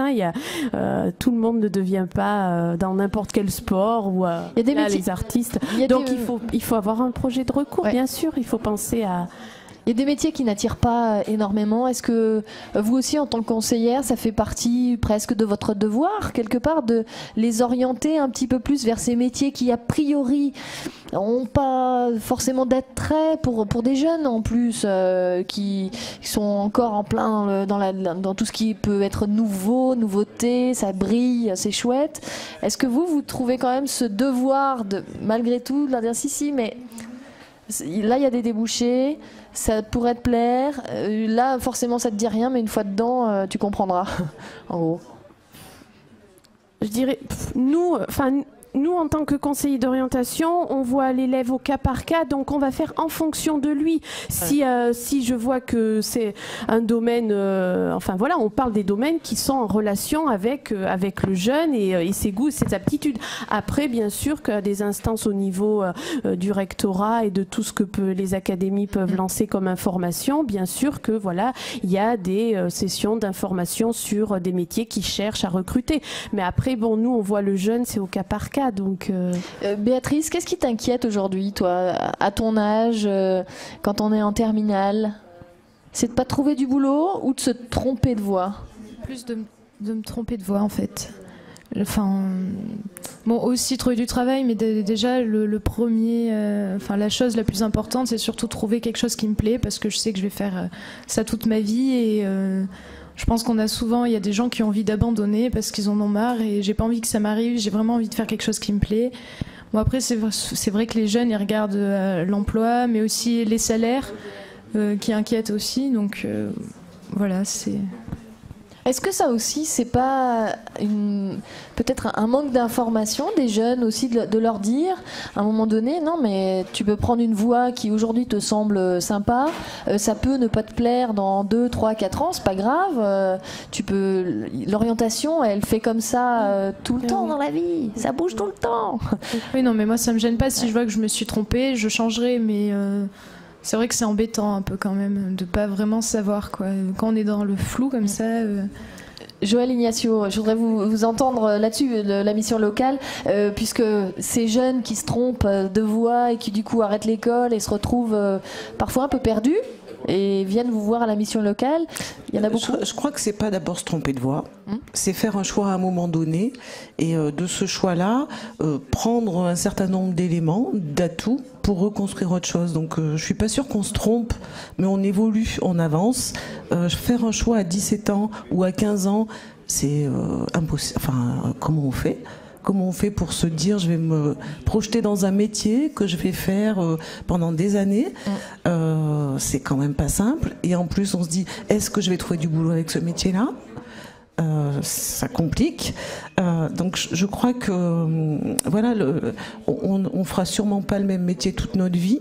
Moi, j'ai pas fait le même métier toute ma vie. J'ai évolué dans des cadres différents. Et je crois qu'il faut aussi que les jeunes soient conscients de ça. C'est-à-dire qu'à un moment donné, on fait des choix, il faut les faire, mais ces choix, ils vont évoluer. Et les jeunes vont avancer avec ces choix-là. Malgré tout, Béatrice vient de nous dire j'ai peur de me tromper de voie, j'ai peur d'être dans l'échec. Les jeunes qui viennent vous voir à la mission locale, est-ce qu'ils considèrent qu'ils ont été mal orientés, alors pas forcément par le CIO, ça peut être mal orienté aussi par les parents, par les conseils des parents, le conseil des amis, peut-être parce qu'on leur a montré du métier qu'on leur proposait, ce qu'on leur a montré à la télé, ça peut être plein de choses. Ou est-ce que c'est plus un échec scolaire qui fait qu'à un moment donné le jeune est en difficulté d'orientation? Je pense que ça peut être lié à un échec scolaire, c'est-à-dire qu'à un moment on se rend compte qu'on arrive. Enfin, il y a des jeunes qui ont un problème avec l'école, voilà, plus qu'avec les métiers. Qui ont envie de se former, d'aller sur des métiers, mais pas forcément par une voie scolaire. Donc qui envisagent des réorientations ou des formations différentes. Que ce soit par la formation professionnelle, par l'apprentissage, par le contrat de professionnalisation, mais par d'autres voies. Donc ça peut être cette option-là. Après, on a des jeunes qui viennent en disant qu'ils se sont trompés à un moment donné dans leur orientation, que tout d'un coup aussi, il y a un métier qui leur est apparu comme correspondant à ce qu'ils voulaient faire, parce qu'on a beaucoup parlé de formation, de post-bac, mais pas beaucoup de métiers. Donc voilà. Est-ce qu'on doit déjà penser au métier quand on est au lycée ou penser au post-bac? Je pense qu'il faut aussi penser au métier, parce que c'est le métier qui va faire qu'à un moment donné on va choisir une formation. C'est aussi l'intérêt qu'on va porter qui va faire qu'on va avancer, qui va nous donner envie d'avancer. Donc choisir l'étude pour l'étude, c'est difficile. Parce que est-ce que c'est pas ce qui se passe aujourd'hui? Moi, alors je vais parler de moi pour une fois. Mon exemple précis, mais c'est peut-être aussi d'ailleurs celui de Béatrice, je crois. Une fois passé le bac, on se dit bon, je sais pas ce que je veux faire, mais j'aimerais bien travailler dans tel domaine. Donc je vais faire une fac. Je vais travailler. Alors moi, en l'occurrence, je vais travailler dans l'international. Donc j'ai fait une fac d'anglais, mais c'était à peu près tout. Je savais pas si je voulais être prof d'anglais ou si je voulais être traductrice ou si finalement je vais pas rester. C'est pareil, il y a eu un changement de voie assez rapide. Mais vous avez donné la réponse. Voilà. Mais il n'empêche que l'orientation au départ, est-ce qu'elle se fait vraiment par le métier? Béatrice, tu as l'impression que tu as envie déjà de te décider sur un métier ou plus sur une filière? Plus sur une filière. Moi, je pensais partir en fac de droit parce que je sais qu'après on peut bifurquer en fait au bout de 2 années. Donc voilà, mais la question du métier, c'est super difficile de savoir. Ou alors on n'en connaît pas assez, on connaît juste ce qu'on a autour de nous, donc il y en a plein qu'on connaît pas, je pense. Oui, puis autour de nous, on n'a pas tous les métiers non plus de disponibles. Moi, le métier d'ingénieur, par exemple, je l'avais pas autour de moi, donc je risquais pas d'être ingénieur finalement. C'est ça la difficulté aussi? Oui, je pense aussi. Les exemples qui manquent? Les exemples de métiers, oui. Les stages? Ce serait une solution. On va en parler dans un petit instant des stages. Avant ça, je voulais qu'on s'arrête 2 petites minutes pour le questionnaire. Gardez bien vos micros, c'est pour vous. Vous êtes prêtes? Que des femmes autour du plateau. C'est rare. On y va. Alors, on va commencer par Laetitia. Laetitia, Jean-Louis Murat ou Cocoon? Jean-Louis Murat. Sandrine, Aurillac ou Saint-Jean pour un week-end romantique? Je vais choisir. Bah oui, Aurillac ou Saint-Jean? Bon, Aurillac. Aurillac. Béatrice, Michelin ou Limagrin? Michelin. Pourquoi? Michelin parce que je connais plus Michelin. On va vers ce qu'on connaît, encore une fois. Joël, Mont-du-Forêt ou Livradois? Livradois. Plutôt Livradois. Pourquoi? Parce que c'est un secteur que je connais bien et que j'aime bien. Donc, vous allez faire des petites balades? J'habite pas loin. Un peu de randonnée, tout ça, non? Laetitia, reggae ou électro? Ah bah ça c'est des musiques de jeunes, hein, donc plutôt électro. Plutôt électro, mais sans trop de certitude. Sandrine, Vichy ou Volvic? Vichy. Béatrice, Gentiane ou Van Boud? Qu'est-ce que c'est ça? C'est quoi? C'est des boissons que... Quel âge tu as? 17 ans? 17 ans. Donc d'accord, on passera à la suivante. Joël, dernière question. Bordeaux ou Lyon pour une soirée entre amis? Quand on est à Brioude. Plutôt Bordeaux. C'est plus accessible, c'est plus sympa. Non, c'est plus près de l'océan, c'est tout. C'est plus près de l'océan. Bon, Lyon aussi, c'est près du Rhône, de la Saône. Merci beaucoup pour ce deuxième questionnaire. On passe à qui ne sert à rien, vous l'avez remarqué. Oui, tout à fait. Mais tout à fait. Je suis super contente, Joël, que vous acceptiez ma proposition. Hein? Mais qui fait une jolie pause. Mais qui fait une jolie pause. On continue dans ce thème de l'orientation avec les stages. Je voulais qu'on parle des stages pour plusieurs raisons. C'est qu'il y a beaucoup de débats autour des stages aujourd'hui en France de façon générale. Est-ce qu'il faut faire plus de stages? Est-ce qu'il faut au contraire éviter les stages parce que les entreprises elles sont en train de prendre des stagiaires et nous dans le milieu de l'audiovisuel on est bien placés. On prend des stagiaires et du coup l'emploi est un peu mis à mal. Là pour le coup pour l'orientation, pour aider les jeunes à s'orienter, est-ce qu'il faut faire plus de stages, Béatrice? Toi, tu as fait un stage en 3e. Jusqu'à maintenant, j'en ai fait un en seconde aussi, dans mon école de musique. D'accord. Mais c'est tout. C'est la seule expérience que tu as du milieu professionnel. Tu travailles l'été? Non plus. Non plus. Non. Est-ce que tu penses que ça aurait pu t'aider à choisir ton école, ta formation l'année prochaine? Peut-être, oui. Si on impose un stage vraiment et qu'on est obligé du coup de se creuser la tête pour essayer de trouver quelque chose qui puisse nous intéresser, oui, pourquoi pas. Mais sinon, je vois pas. Enfin, je pense que c'est plus la difficulté de choisir là où on voudrait aller, quoi. C'est pareil que. Et tu ne crois pas que pour savoir où on veut aller, l'idéal c'est d'y aller déjà, d'essayer. Si, ça peut nous permettre de trier un peu, mais un stage, enfin, c'est pas suffisant, quoi. C'est quoi le stage de 5 jours, tu veux dire, c'est pas suffisant? Non, faudrait peut-être imposer. Non, plusieurs stages. Il faudrait peut-être faire plusieurs stages. Enfin, un à partir de la 3e, chaque année jusqu'en terminale. Même en terminale, je pense que ça peut être intéressant. Non, puis des stages d'1 mois ou 2 pendant les vacances, obligatoires. Non, mais c'est vrai, ils sont grandes les vacances des lycéens, non? Non. J'attendais un petit peu la réponse. Les chefs d'entreprise, là, je vais vous donner la parole aussi à tous. Pierre-Olivier Bonnet, les stagiaires, par exemple, vous qui êtes installé à Brioude, vous en prenez des stagiaires? Oui. C'est des lycéens? Ou des 3e? Lycéens, c'est récent je crois le fait d'avoir des stages en lycée, sinon on a pris pas mal de 3e, on prend du stage bac plus 2, on a pris du bac pro une fois. Alors qu'est-ce que ça donne? C'est utile, ça sert à quelque chose, j'allais dire. C'est utile dans l'entreprise. Il faut vraiment que l'entrepreneur ait une démarche de formation? Ou c'est un boulet? C'est un boulet ou pas, le stagiaire? Ça dépend des gens. Ça dépend des stagiaires. Ça dépend des stagiaires, évidemment. Après, globalement, ça se passe bien. Néanmoins, c'est un gros effort pour l'entreprise, ouais. Faut quand même s'en occuper, faire attention à ce qu'il fait, vérifier son travail. Donc c'est une charge de travail supplémentaire pour l'entreprise, au moins jusqu'au niveau bac plus 1 dans notre domaine. Après, bon, ceux qui sont bac plus 2, plus 3, ils ont une certaine autonomie et c'est des stagiaires, on arrive à trouver des gens très intéressants qui ont des bonnes idées.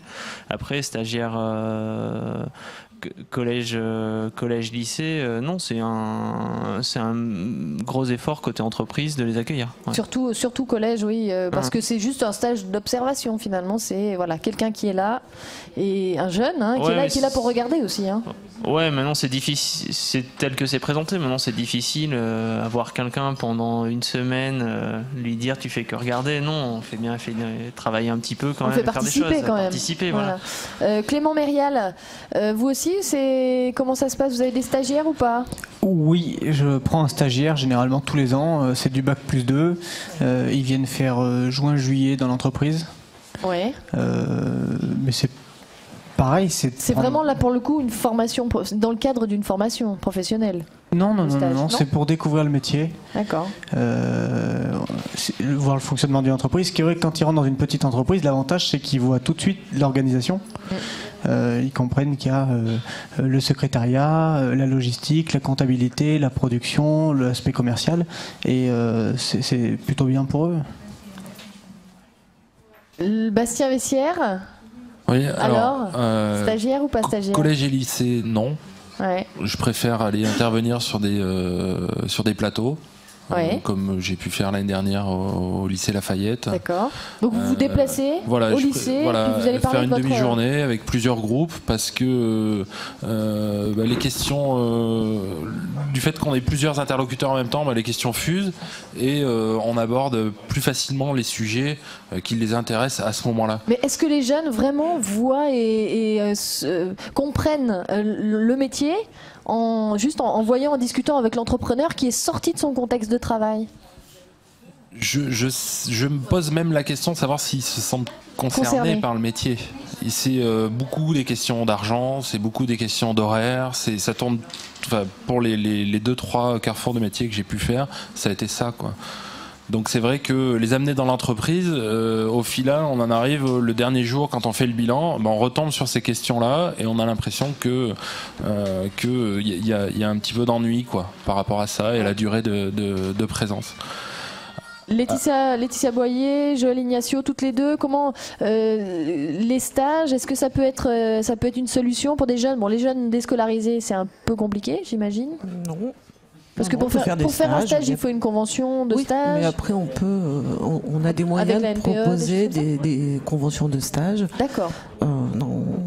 Est-ce que ça peut être une solution? Dites-nous un peu vous ce que vous en pensez. Je pense que on est aussi dans la même chose que tout à l'heure, c'est-à-dire il faut qu'à un moment donné, la personne sache ce qu'elle va y faire dans l'entreprise, ce qu'elle va y chercher.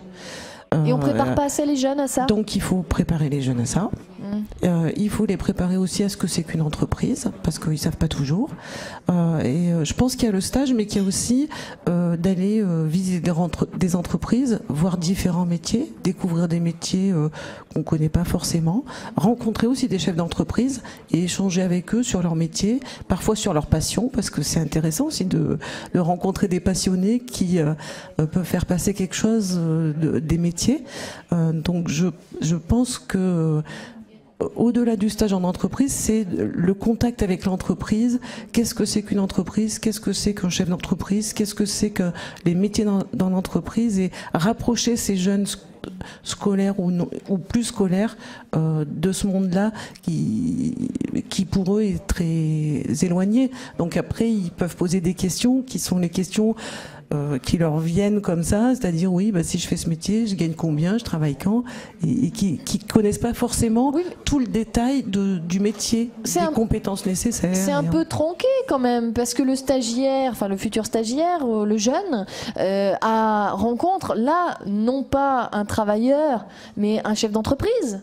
C'est tronqué comme présentation. Est-ce qu'il faudrait pas... Est-ce que vous avez pensé, tiens, par exemple, Bastien Vessière, à faire intervenir vos salariés, mais vous n'en avez pas beaucoup. Est-ce que ce ne serait pas plus intéressant que ce soit un salarié d'entreprise, des salariés d'entreprise, qui viennent parler de leur métier aux jeunes? Quand ils ont le temps, oui. Il faut que le patron fasse l'effort. Non, ça fait partie des choses qu'on essaye de mettre en place. De toute façon, je dirais que c'est compliqué pour une entreprise de faire cet effort-là. C'est pas simple. Laetitia Boyer, vous en pensez quoi? Je pense que c'est utile. Je pense que ça peut être utile, et notamment en termes pareil de connaissance de soi, parce que le jeune, quand il revient de stage, on peut parler de son ressenti. Il va pouvoir s'appuyer et expliquer comment il s'est senti pendant telle ou telle activité.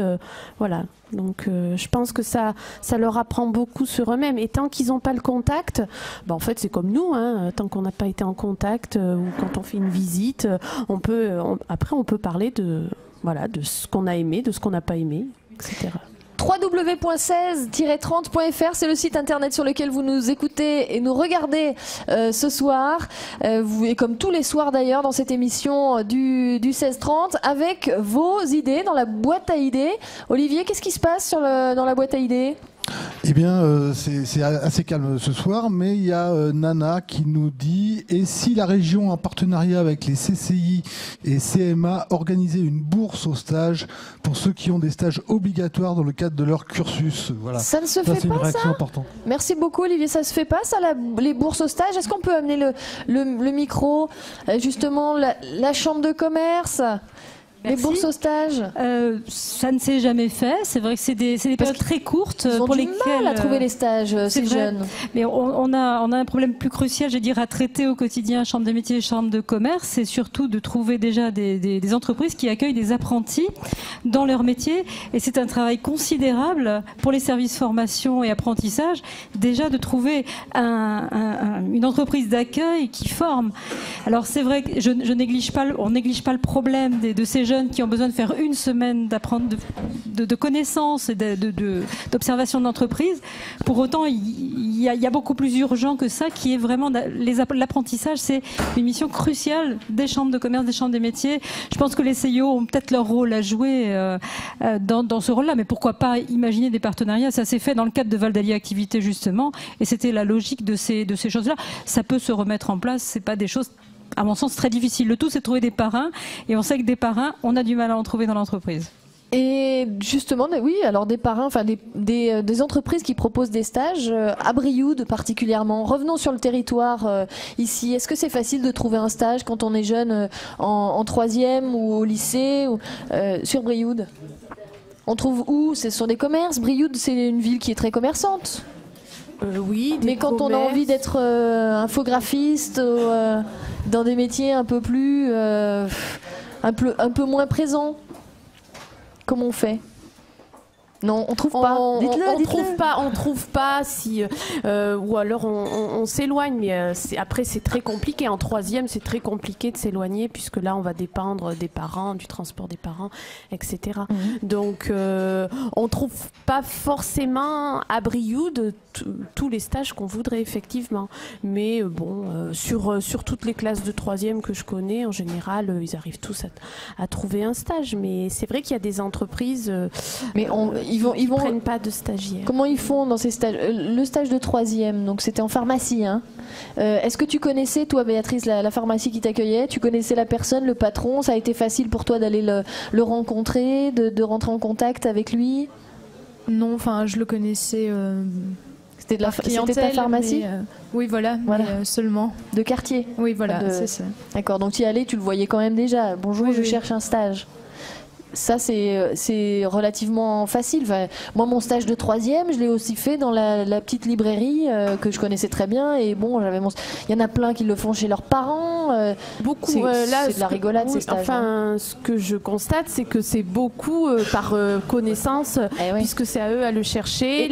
Les parents les aident, et donc on reste dans le cadre souvent familial ou des amis, effectivement. Est-ce que ça sert à quelque chose? Est-ce que la bourse au stage, comme on le disait, ça pourrait pas être comme le disait sur internet? Ce qui est important, c'est d'explorer, de découvrir. Donc je pense que c'est tout le temps bénéfique, hein, quel que soit le stage. Ils ont découvert même le stage dans le commerce de papa-maman, ça c'est bénéfique? Non, voilà, non, ils le connaissent. C'est juste question de passer une semaine tranquille. Non, mais on l'a pas beaucoup, ça.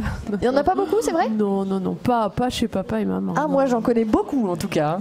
Peut-être pas à Brioude, c'est vrai qu'à Brioude les jeunes ne le font peut-être pas, c'est possible. Je parle surtout pour des stages de troisième. Par contre, il y a des élèves qui font un gros travail pour trouver le stage où ils le veulent. Ouais. Il y en a quelques-uns. C'est plus rare, mais à condition de trouver l'entreprise, encore une fois. Voilà, bien sûr. Oui. Avant d'entendre les réactions sur le site internet, allez-y, Joël. Oui, je pense aussi. Enfin, nous, on travaille quand même de plus en plus avec les entreprises et plutôt que d'envoyer le jeune dans l'entreprise, on contacte d'abord l'entreprise. Vous, mission locale. On met en place un partenariat avec l'entreprise en lui expliquant un petit peu les jeunes qu'on va leur envoyer, pourquoi. Qu'est-ce qu'ils viennent y faire, qu'est-ce qu'on attend d'eux et qu'est-ce qu'ils peuvent attendre aussi de nous. Donc après, c'est vrai que c'est des stages qui peuvent être plus longs, avec des jeunes qui ont peut-être plus une idée de projet, de qualification et un peu plus mûrs que des jeunes de 3e. De lycée, bien sûr, ou de 3e. Mais je pense que c'est important aussi, et qu'il y a des entreprises aussi qui acceptent de prendre des stagiaires et qui acceptent de jouer le jeu et de leur montrer le métier, leur montrer les métiers d'entreprise et d'être vraiment des partenaires. Et je pense que dans l'orientation, l'entreprise, elle a un vrai rôle à jouer. Est-ce que les CIO ne devraient pas développer davantage peut-être ces relations avec les entreprises Je me ferais fâcher si j'en parlais pas, parce que c'est ce qui est vraiment lancé notamment par notre directeur. Donc, quand donc cette année Cette année, enfin ça a déjà été mis en place l'année dernière. D'accord, mais c'est tout récent. Voilà, depuis l'année dernière, c'est vraiment un besoin d'arriver, bon pour l'instant c'est donné l'objectif d'avoir un vivier de 10 entreprises. Voilà, mais alors là, c'est pas seulement, on contacte pas seulement, on se met pas en relation seulement avec des entreprises qui pourraient prendre des stagiaires, mais aussi dans le cadre au collège maintenant de la découverte des métiers, donc du fameux parcours de découverte des métiers, des formations, pour des visites collectives, carrément des visites de classe de 4e, de 3e, voilà. Et donc on essaie vraiment, voilà, ce partenariat établissement scolaire entreprise via le CIO, donc qui essaie de lancer ça et d'avoir voilà ce vivier. Une réaction sur le site internet, Olivier? Et oui, tout à fait, c'est tout à fait dans le sujet, puisque Rieul nous dit souvent les collégiens de 3e et les lycéens ne réfléchissent pas vraiment au stage qu'ils font. Exercice obligé, ils cherchent un stage auprès de leurs proches ou des réseaux familiaux, en décalage souvent avec leurs projets. Il vaudrait mieux organiser en amont ces stages de découverte et mieux rebondir sur cette expérience en aval. Or, bien souvent, c'est subi et davantage une semaine sans grand intérêt. Là, il y a du vécu. Ça doit être peut-être un parent qui parle. Ça, c'est possible. Réaction également dans le public, rapidement. Et puis, je vais donner la parole ensuite à Sandrine Delorme sur l'expérience particulière. Je voulais juste dire que les carrefours des métiers, comme il a pu se faire au lycée, sont faits après les périodes de stage. Ah oui, en termes de date. Oui. Alors ça, voilà. Déjà, voilà. Carrefour des métiers, qui est-ce qui organise les carrefours des métiers? Qui est-ce qui organise? La CCI, hein? Non. Là, c'était vraiment au sein de l'établissement. Donc, le lycée Lafayette. Ah, c'était au sein de l'établissement. Il y a des lycées qui organisent leur propre carrefour. D'accord. Sinon, après, pour l'enseignement supérieur. Alors oui, c'est vrai que après les stages, c'est un peu dommage. Voilà, c'est peut-être des choses à vérifier. Le calendrier. Sandrine Delorme, vous avez votre micro, c'est bon. Vous êtes donc conseillère à la mission locale. Oui. Et vous accompagnez des jeunes, et notamment vous avez accompagné Emeline Noël, qui est infographiste. Oui, alors, maintenant, aujourd'hui, oui. Aujourd'hui, parlez-moi un petit peu rapidement de son expérience, son parcours. Alors, son parcours, c'est une jeune donc, qui est de Brioude, qui veut rester à Brioude, qui a fait un bac collège, bac à Brioude, qui avait un projet dans la tête plus tourné vers les métiers de l'art, mais sans trop savoir quoi. Comme elle aimait bien la littérature, elle est partie en fac de lettres. Enfin, voilà, ça s'est pas très bien passé. Elle a fait une autre fac plus tournée vers l'art, mais plus dessin. L'art du voilà, le dessin, ça s'est pas très bien passé non plus. Et ce qui a fait qu'elle a développé une espèce de capacité à s'auto-dénigrer en disant de toute façon, je sais rien faire, je n'arriverai à rien, mon projet tient pas la route, je ferai plus jamais rien. C'est ça le problème de l'orientation, de la mauvaise orientation, c'est que souvent dans ces mauvais choix, qui sont pas forcément des mauvais choix, parce qu'on se nourrit, nous, tous les jeunes se nourrissent de chaque chose. C'est un discours qu'on a. On perd confiance, quoi. On va dire les 90% des jeunes qui viennent travailler leur projet avec nous, ils arrivent tous avec ce discours-là en disant je suis nul, je suis nul, j'y arrive pas, je me suis trompée, j'aurais pas dû. Mais en même temps, voilà, notre travail, c'est aussi de leur montrer qu'ils ont quoi qu'ils aient fait, ça leur a permis de grandir. Justement, à l'époque où ils ont fait ce choix-là, c'était peut-être effectivement le choix qui leur correspondait, mais qu'on évolue tous à un moment de notre vie. On n'a pas les mêmes réactions à 17 ans qu'à 22. Enfin, voilà. Et alors, Emeline, comment vous l'avez orientée comment? Donc, Emeline, elle est arrivée avec ça et on est parti. Elle me dit, oui, mais moi, à côté, je bricole, je dépanne mes copains, je fais de l'infographie, je fais tout ça. Et je dis, ce métier-là, c'est quand même... Moi, c'est pas mon job, mais ça me paraît assez artistique quand même. Enfin, elle me dit mais non, mais j'y arriverai pas. Alors, en sachant qu'elle avait quand même son site internet, etc., où elle fait de la photo, plein de choses. Et on est parti par un truc tout simple. Je dis mais voilà, tu peux aller voir, découvrir, aller faire un stage. Et moi, je suis une grosse utilisatrice des outils de stage parce que je les ai à ma disposition. Et je trouve ça quand même important. Et elle me dit mais non, mais il y a personne qui voudra de moi. Tu comprends bien. J'ai pas d'expérience. J'ai pas d'expérience. Je sais pas faire. J'ai pas de formation. J'ai pas de diplôme. Enfin bon, la trouille de l'employeur aussi ou pas? Oui, non, pas forcément la trouille de l'employeur, mais se dire, l'entreprise, elle va attendre des choses de moi, mais je n'ai pas ce qu'elle a de moi. C'est pas vraiment la peur de l'entreprise, c'est la peur de pas avoir. On est passé par quelque chose de tout simple. Je dis, écoute, de toute façon, pour se présenter une entreprise, maintenant, la façon qu'on nous demande à tout le monde, c'est d'avoir un CV. Je dis, maintenant, un CV, il n'y a pas de règle pour le faire. Donc, moi, ce que je voudrais, c'est que dans ton CV, il apparaisse tout ce que tu sais faire, quoi. Voilà, et là, le CV d'Emeline, je crois, fait tout le tour de la mission locale et voir des autres missions locales. Parce que elle a mis, vraiment, elle a répondu à ce que je lui ai demandé. Je dis après, moi, je veux. Donc il n'y a pas forcément d'expérience professionnelle, mais il y a. Mais par contre, je veux savoir ce que, je veux voir moi ce que tu sais faire. Alors j'y connais rien. Ouais. Donc fais-moi un CV, on s'en fout. Un CV, c'est écrit nulle part qu'il doit y avoir ton nom en haut à gauche, des choses comme ça. Donc on est parti là-dessus. Et elle a trouvé? Ah non, mais elle a fait un CV comme j'en avais jamais vu des comme ça, et comme je pense que je suis pas capable d'en faire un non plus. Vraiment avec des photos, avec un fond, avec. Infographiste aussi. Enfin, elle faisait un peu d'infographie. Et avec de l'infographie. Déjà... voilà, c'était. Et elle a trouvé son stage du coup. Non, là, ça a été plein de. Enfin, moi, c'est aussi ça l'orientation. C'est des rencontres, c'est des gens, c'est des opportunités. Et Emeline, c'est quand même un gros exemple des opportunités rencontrées. Donc, moi, je travaille, j'ai beaucoup de permanences à l'extérieur. Et un jour, j'étais sur une permanence et il y a quelqu'un qui arrive et qui dit voilà, moi, je viens du cinéma. On est à la voûte Chillac, on tourne un film et on cherche des gens. On aura envie d'eux et puis on est prêt à accueillir des stagiaires pour leur faire découvrir des choses. Et je lui dis voilà, vous faites pas des trucs un peu infographistes, un peu choses comme ça, parce que c'était un milieu qui me paraissait lui correspondre tout à fait. Si. Donc on a négocié. Elle a fait un stage. Elle a fait un mois. Alors au début c'était très très dur, elle me dit j'y arriverai pas, je vais pas savoir, et bon voilà, ça s'est super bien passé. Elle a repris confiance en elle, ce qui est pas rien, ce qui lui a permis d'avancer sur plein de choses, de se dire infographie temps plein, non, et ça c'est... pour moi, c'est bien un jeune qui est capable de dire ça non, je ne ferai pas décision. Parce que ça me convient pas, ou pas ça sur du temps plein, voilà.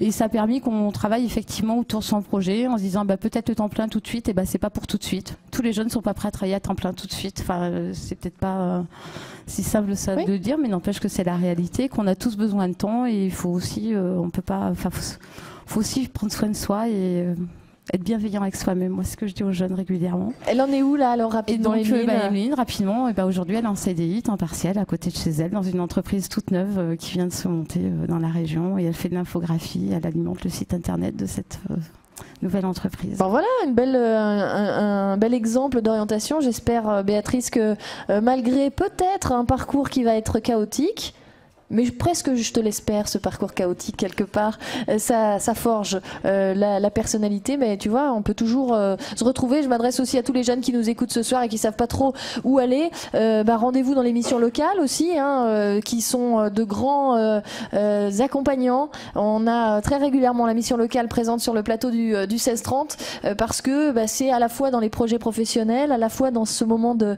essayer justement de retrouver même le projet professionnel très loin. C'est mission locale. Merci beaucoup de nous avoir accompagnés ce soir dans cette émission.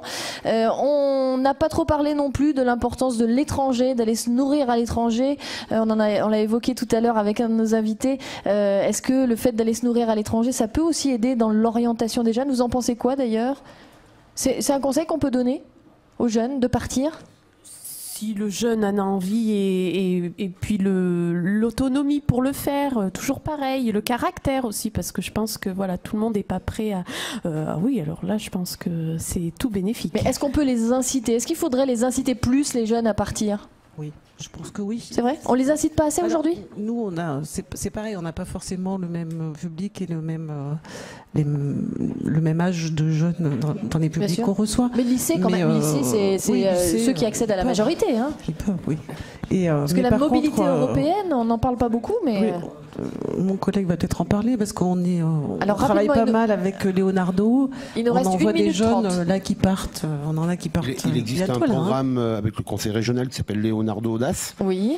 Et qui est un programme d'échange, donc. Pas forcément d'échange, mais de stage à l'étranger. Alors où le jeune qui est demandeur d'emploi inscrit dans une mission locale fait le souhait de partir à l'étranger, mais ne choisit ni le pays, ni l'activité. C'est vraiment basé sur la mobilité et l'autonomie. Et ça fonctionne? Vous arrivez à avoir des jeunes qui sont intéressés par ce dispositif? Nous, on en a à peu près à chaque fois qui partent. Et qui reviennent, ils reviennent comment? Enchantés en général. De l'expérience, mais comment se passe le retour en France? Beaucoup plus facile, quoi. C'est beaucoup plus facile pour eux, puisqu'ils ont vu autre chose, ils connaissent d'autres mondes, d'autres nationalités, puisque quand même, il y a plusieurs nationalités. Et, non, ils reviennent un peu transformés quand même. Hein. On gagne un peu en autonomie aussi, le fait de devoir se débrouiller, pour le coup, un peu seul. Aussi, oui, puisqu'ils sont quand même un peu seuls là-bas. Ouais. Et ils reviennent transformés. Moi, ce qui m'étonne toujours, c'est qu'on trouve toujours des jeunes à partir, quoi. Ouais. Et en général, c'est des jeunes qui vivent en zone rurale, voire même très rurale. Pour l'instant, on n'a que ces jeunes-là. Et c'est vraiment, on est toujours étonnés, mais tant mieux. Mais tant mieux, bien sûr. Merci beaucoup pour ce témoignage et cette précision pour les voyages à l'étranger, la mobilité des jeunes. Allez vous nourrir de ce qui se passe aussi ailleurs. C'est très très formateur. Aussi pour l'orientation. Merci beaucoup de nous avoir suivis dans cette émission du 16-30 ce soir. Je vous rappelle que demain, jeudi, nous sommes à Monistrol entre 18h et 20h en direct donc sur le site www.16-30.fr. Nous parlerons des transports, des problèmes de transport, des difficultés de transport et à Monistrol particulièrement. Et nous parlerons de l'accès à la culture. Vendredi 19, nous serons au Puy, samedi à Cournon. Ensuite, on passera la semaine prochaine, mercredi Clermont-Ferrand, jeudi Mauriac, samedi Saint-Flour. Voilà pour cette émission. N'hésitez pas à aller laisser vos commentaires et surtout vos bonnes idées pour améliorer le quotidien des jeunes et leur accès à l'autonomie sur le site internet www.16-30.fr. On lit chacune de vos idées et toutes ces idées-là vont servir aussi à construire la politique régionale des prochaines années, notamment de 2011. Donc ce n'est pas pour rien, ça ne sert pas à rien tout ce qu'on dit ce soir. Merci à tous. À demain pour une nouvelle émission du 16-30.